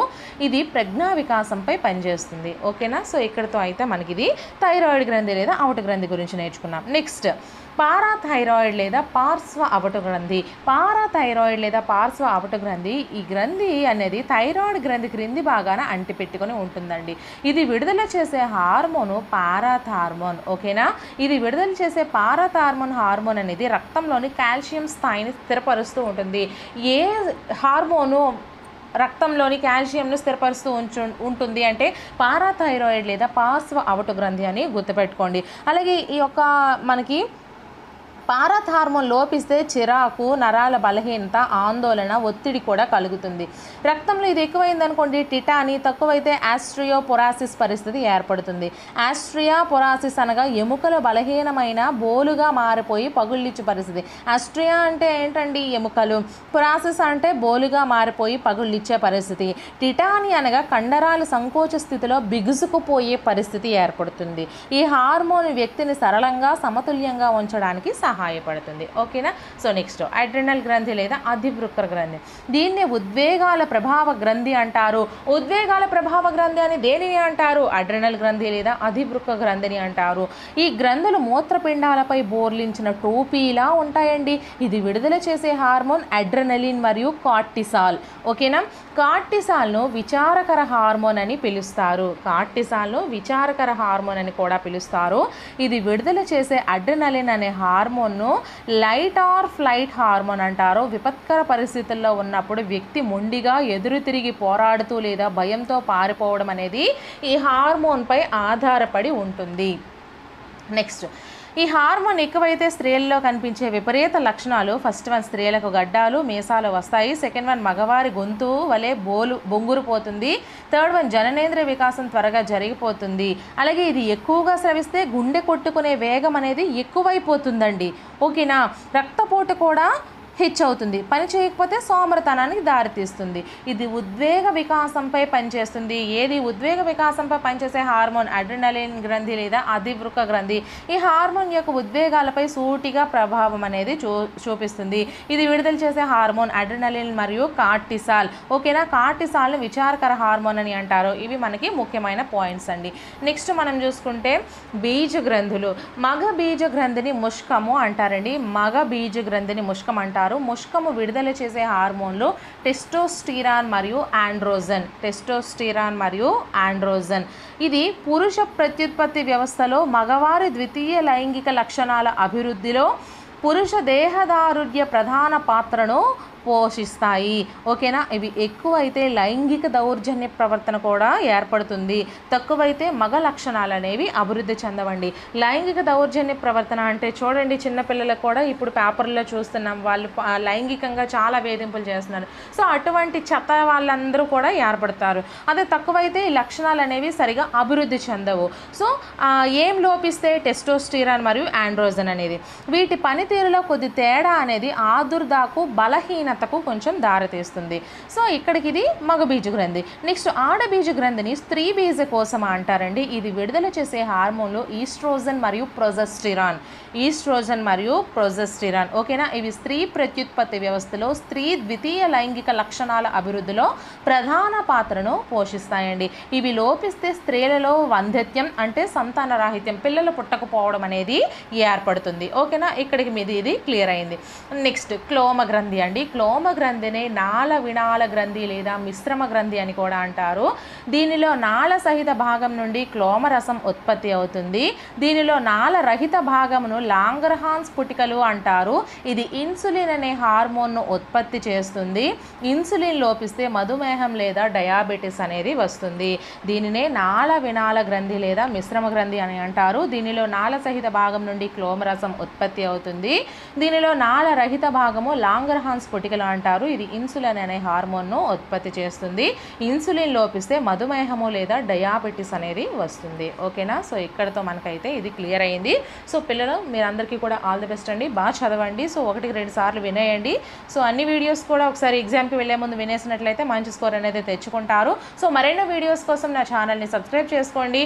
అలాగే వీలైతే మీ ఫ్రెండ్స్కి షేర్ చేయండి. ఈ వీడియోని ఒక చిన్న లైక్ చేసేయండి. నెక్స్ట్ వీడియోతో మళ్ళీ కలుద్దాం. Until then bye friends.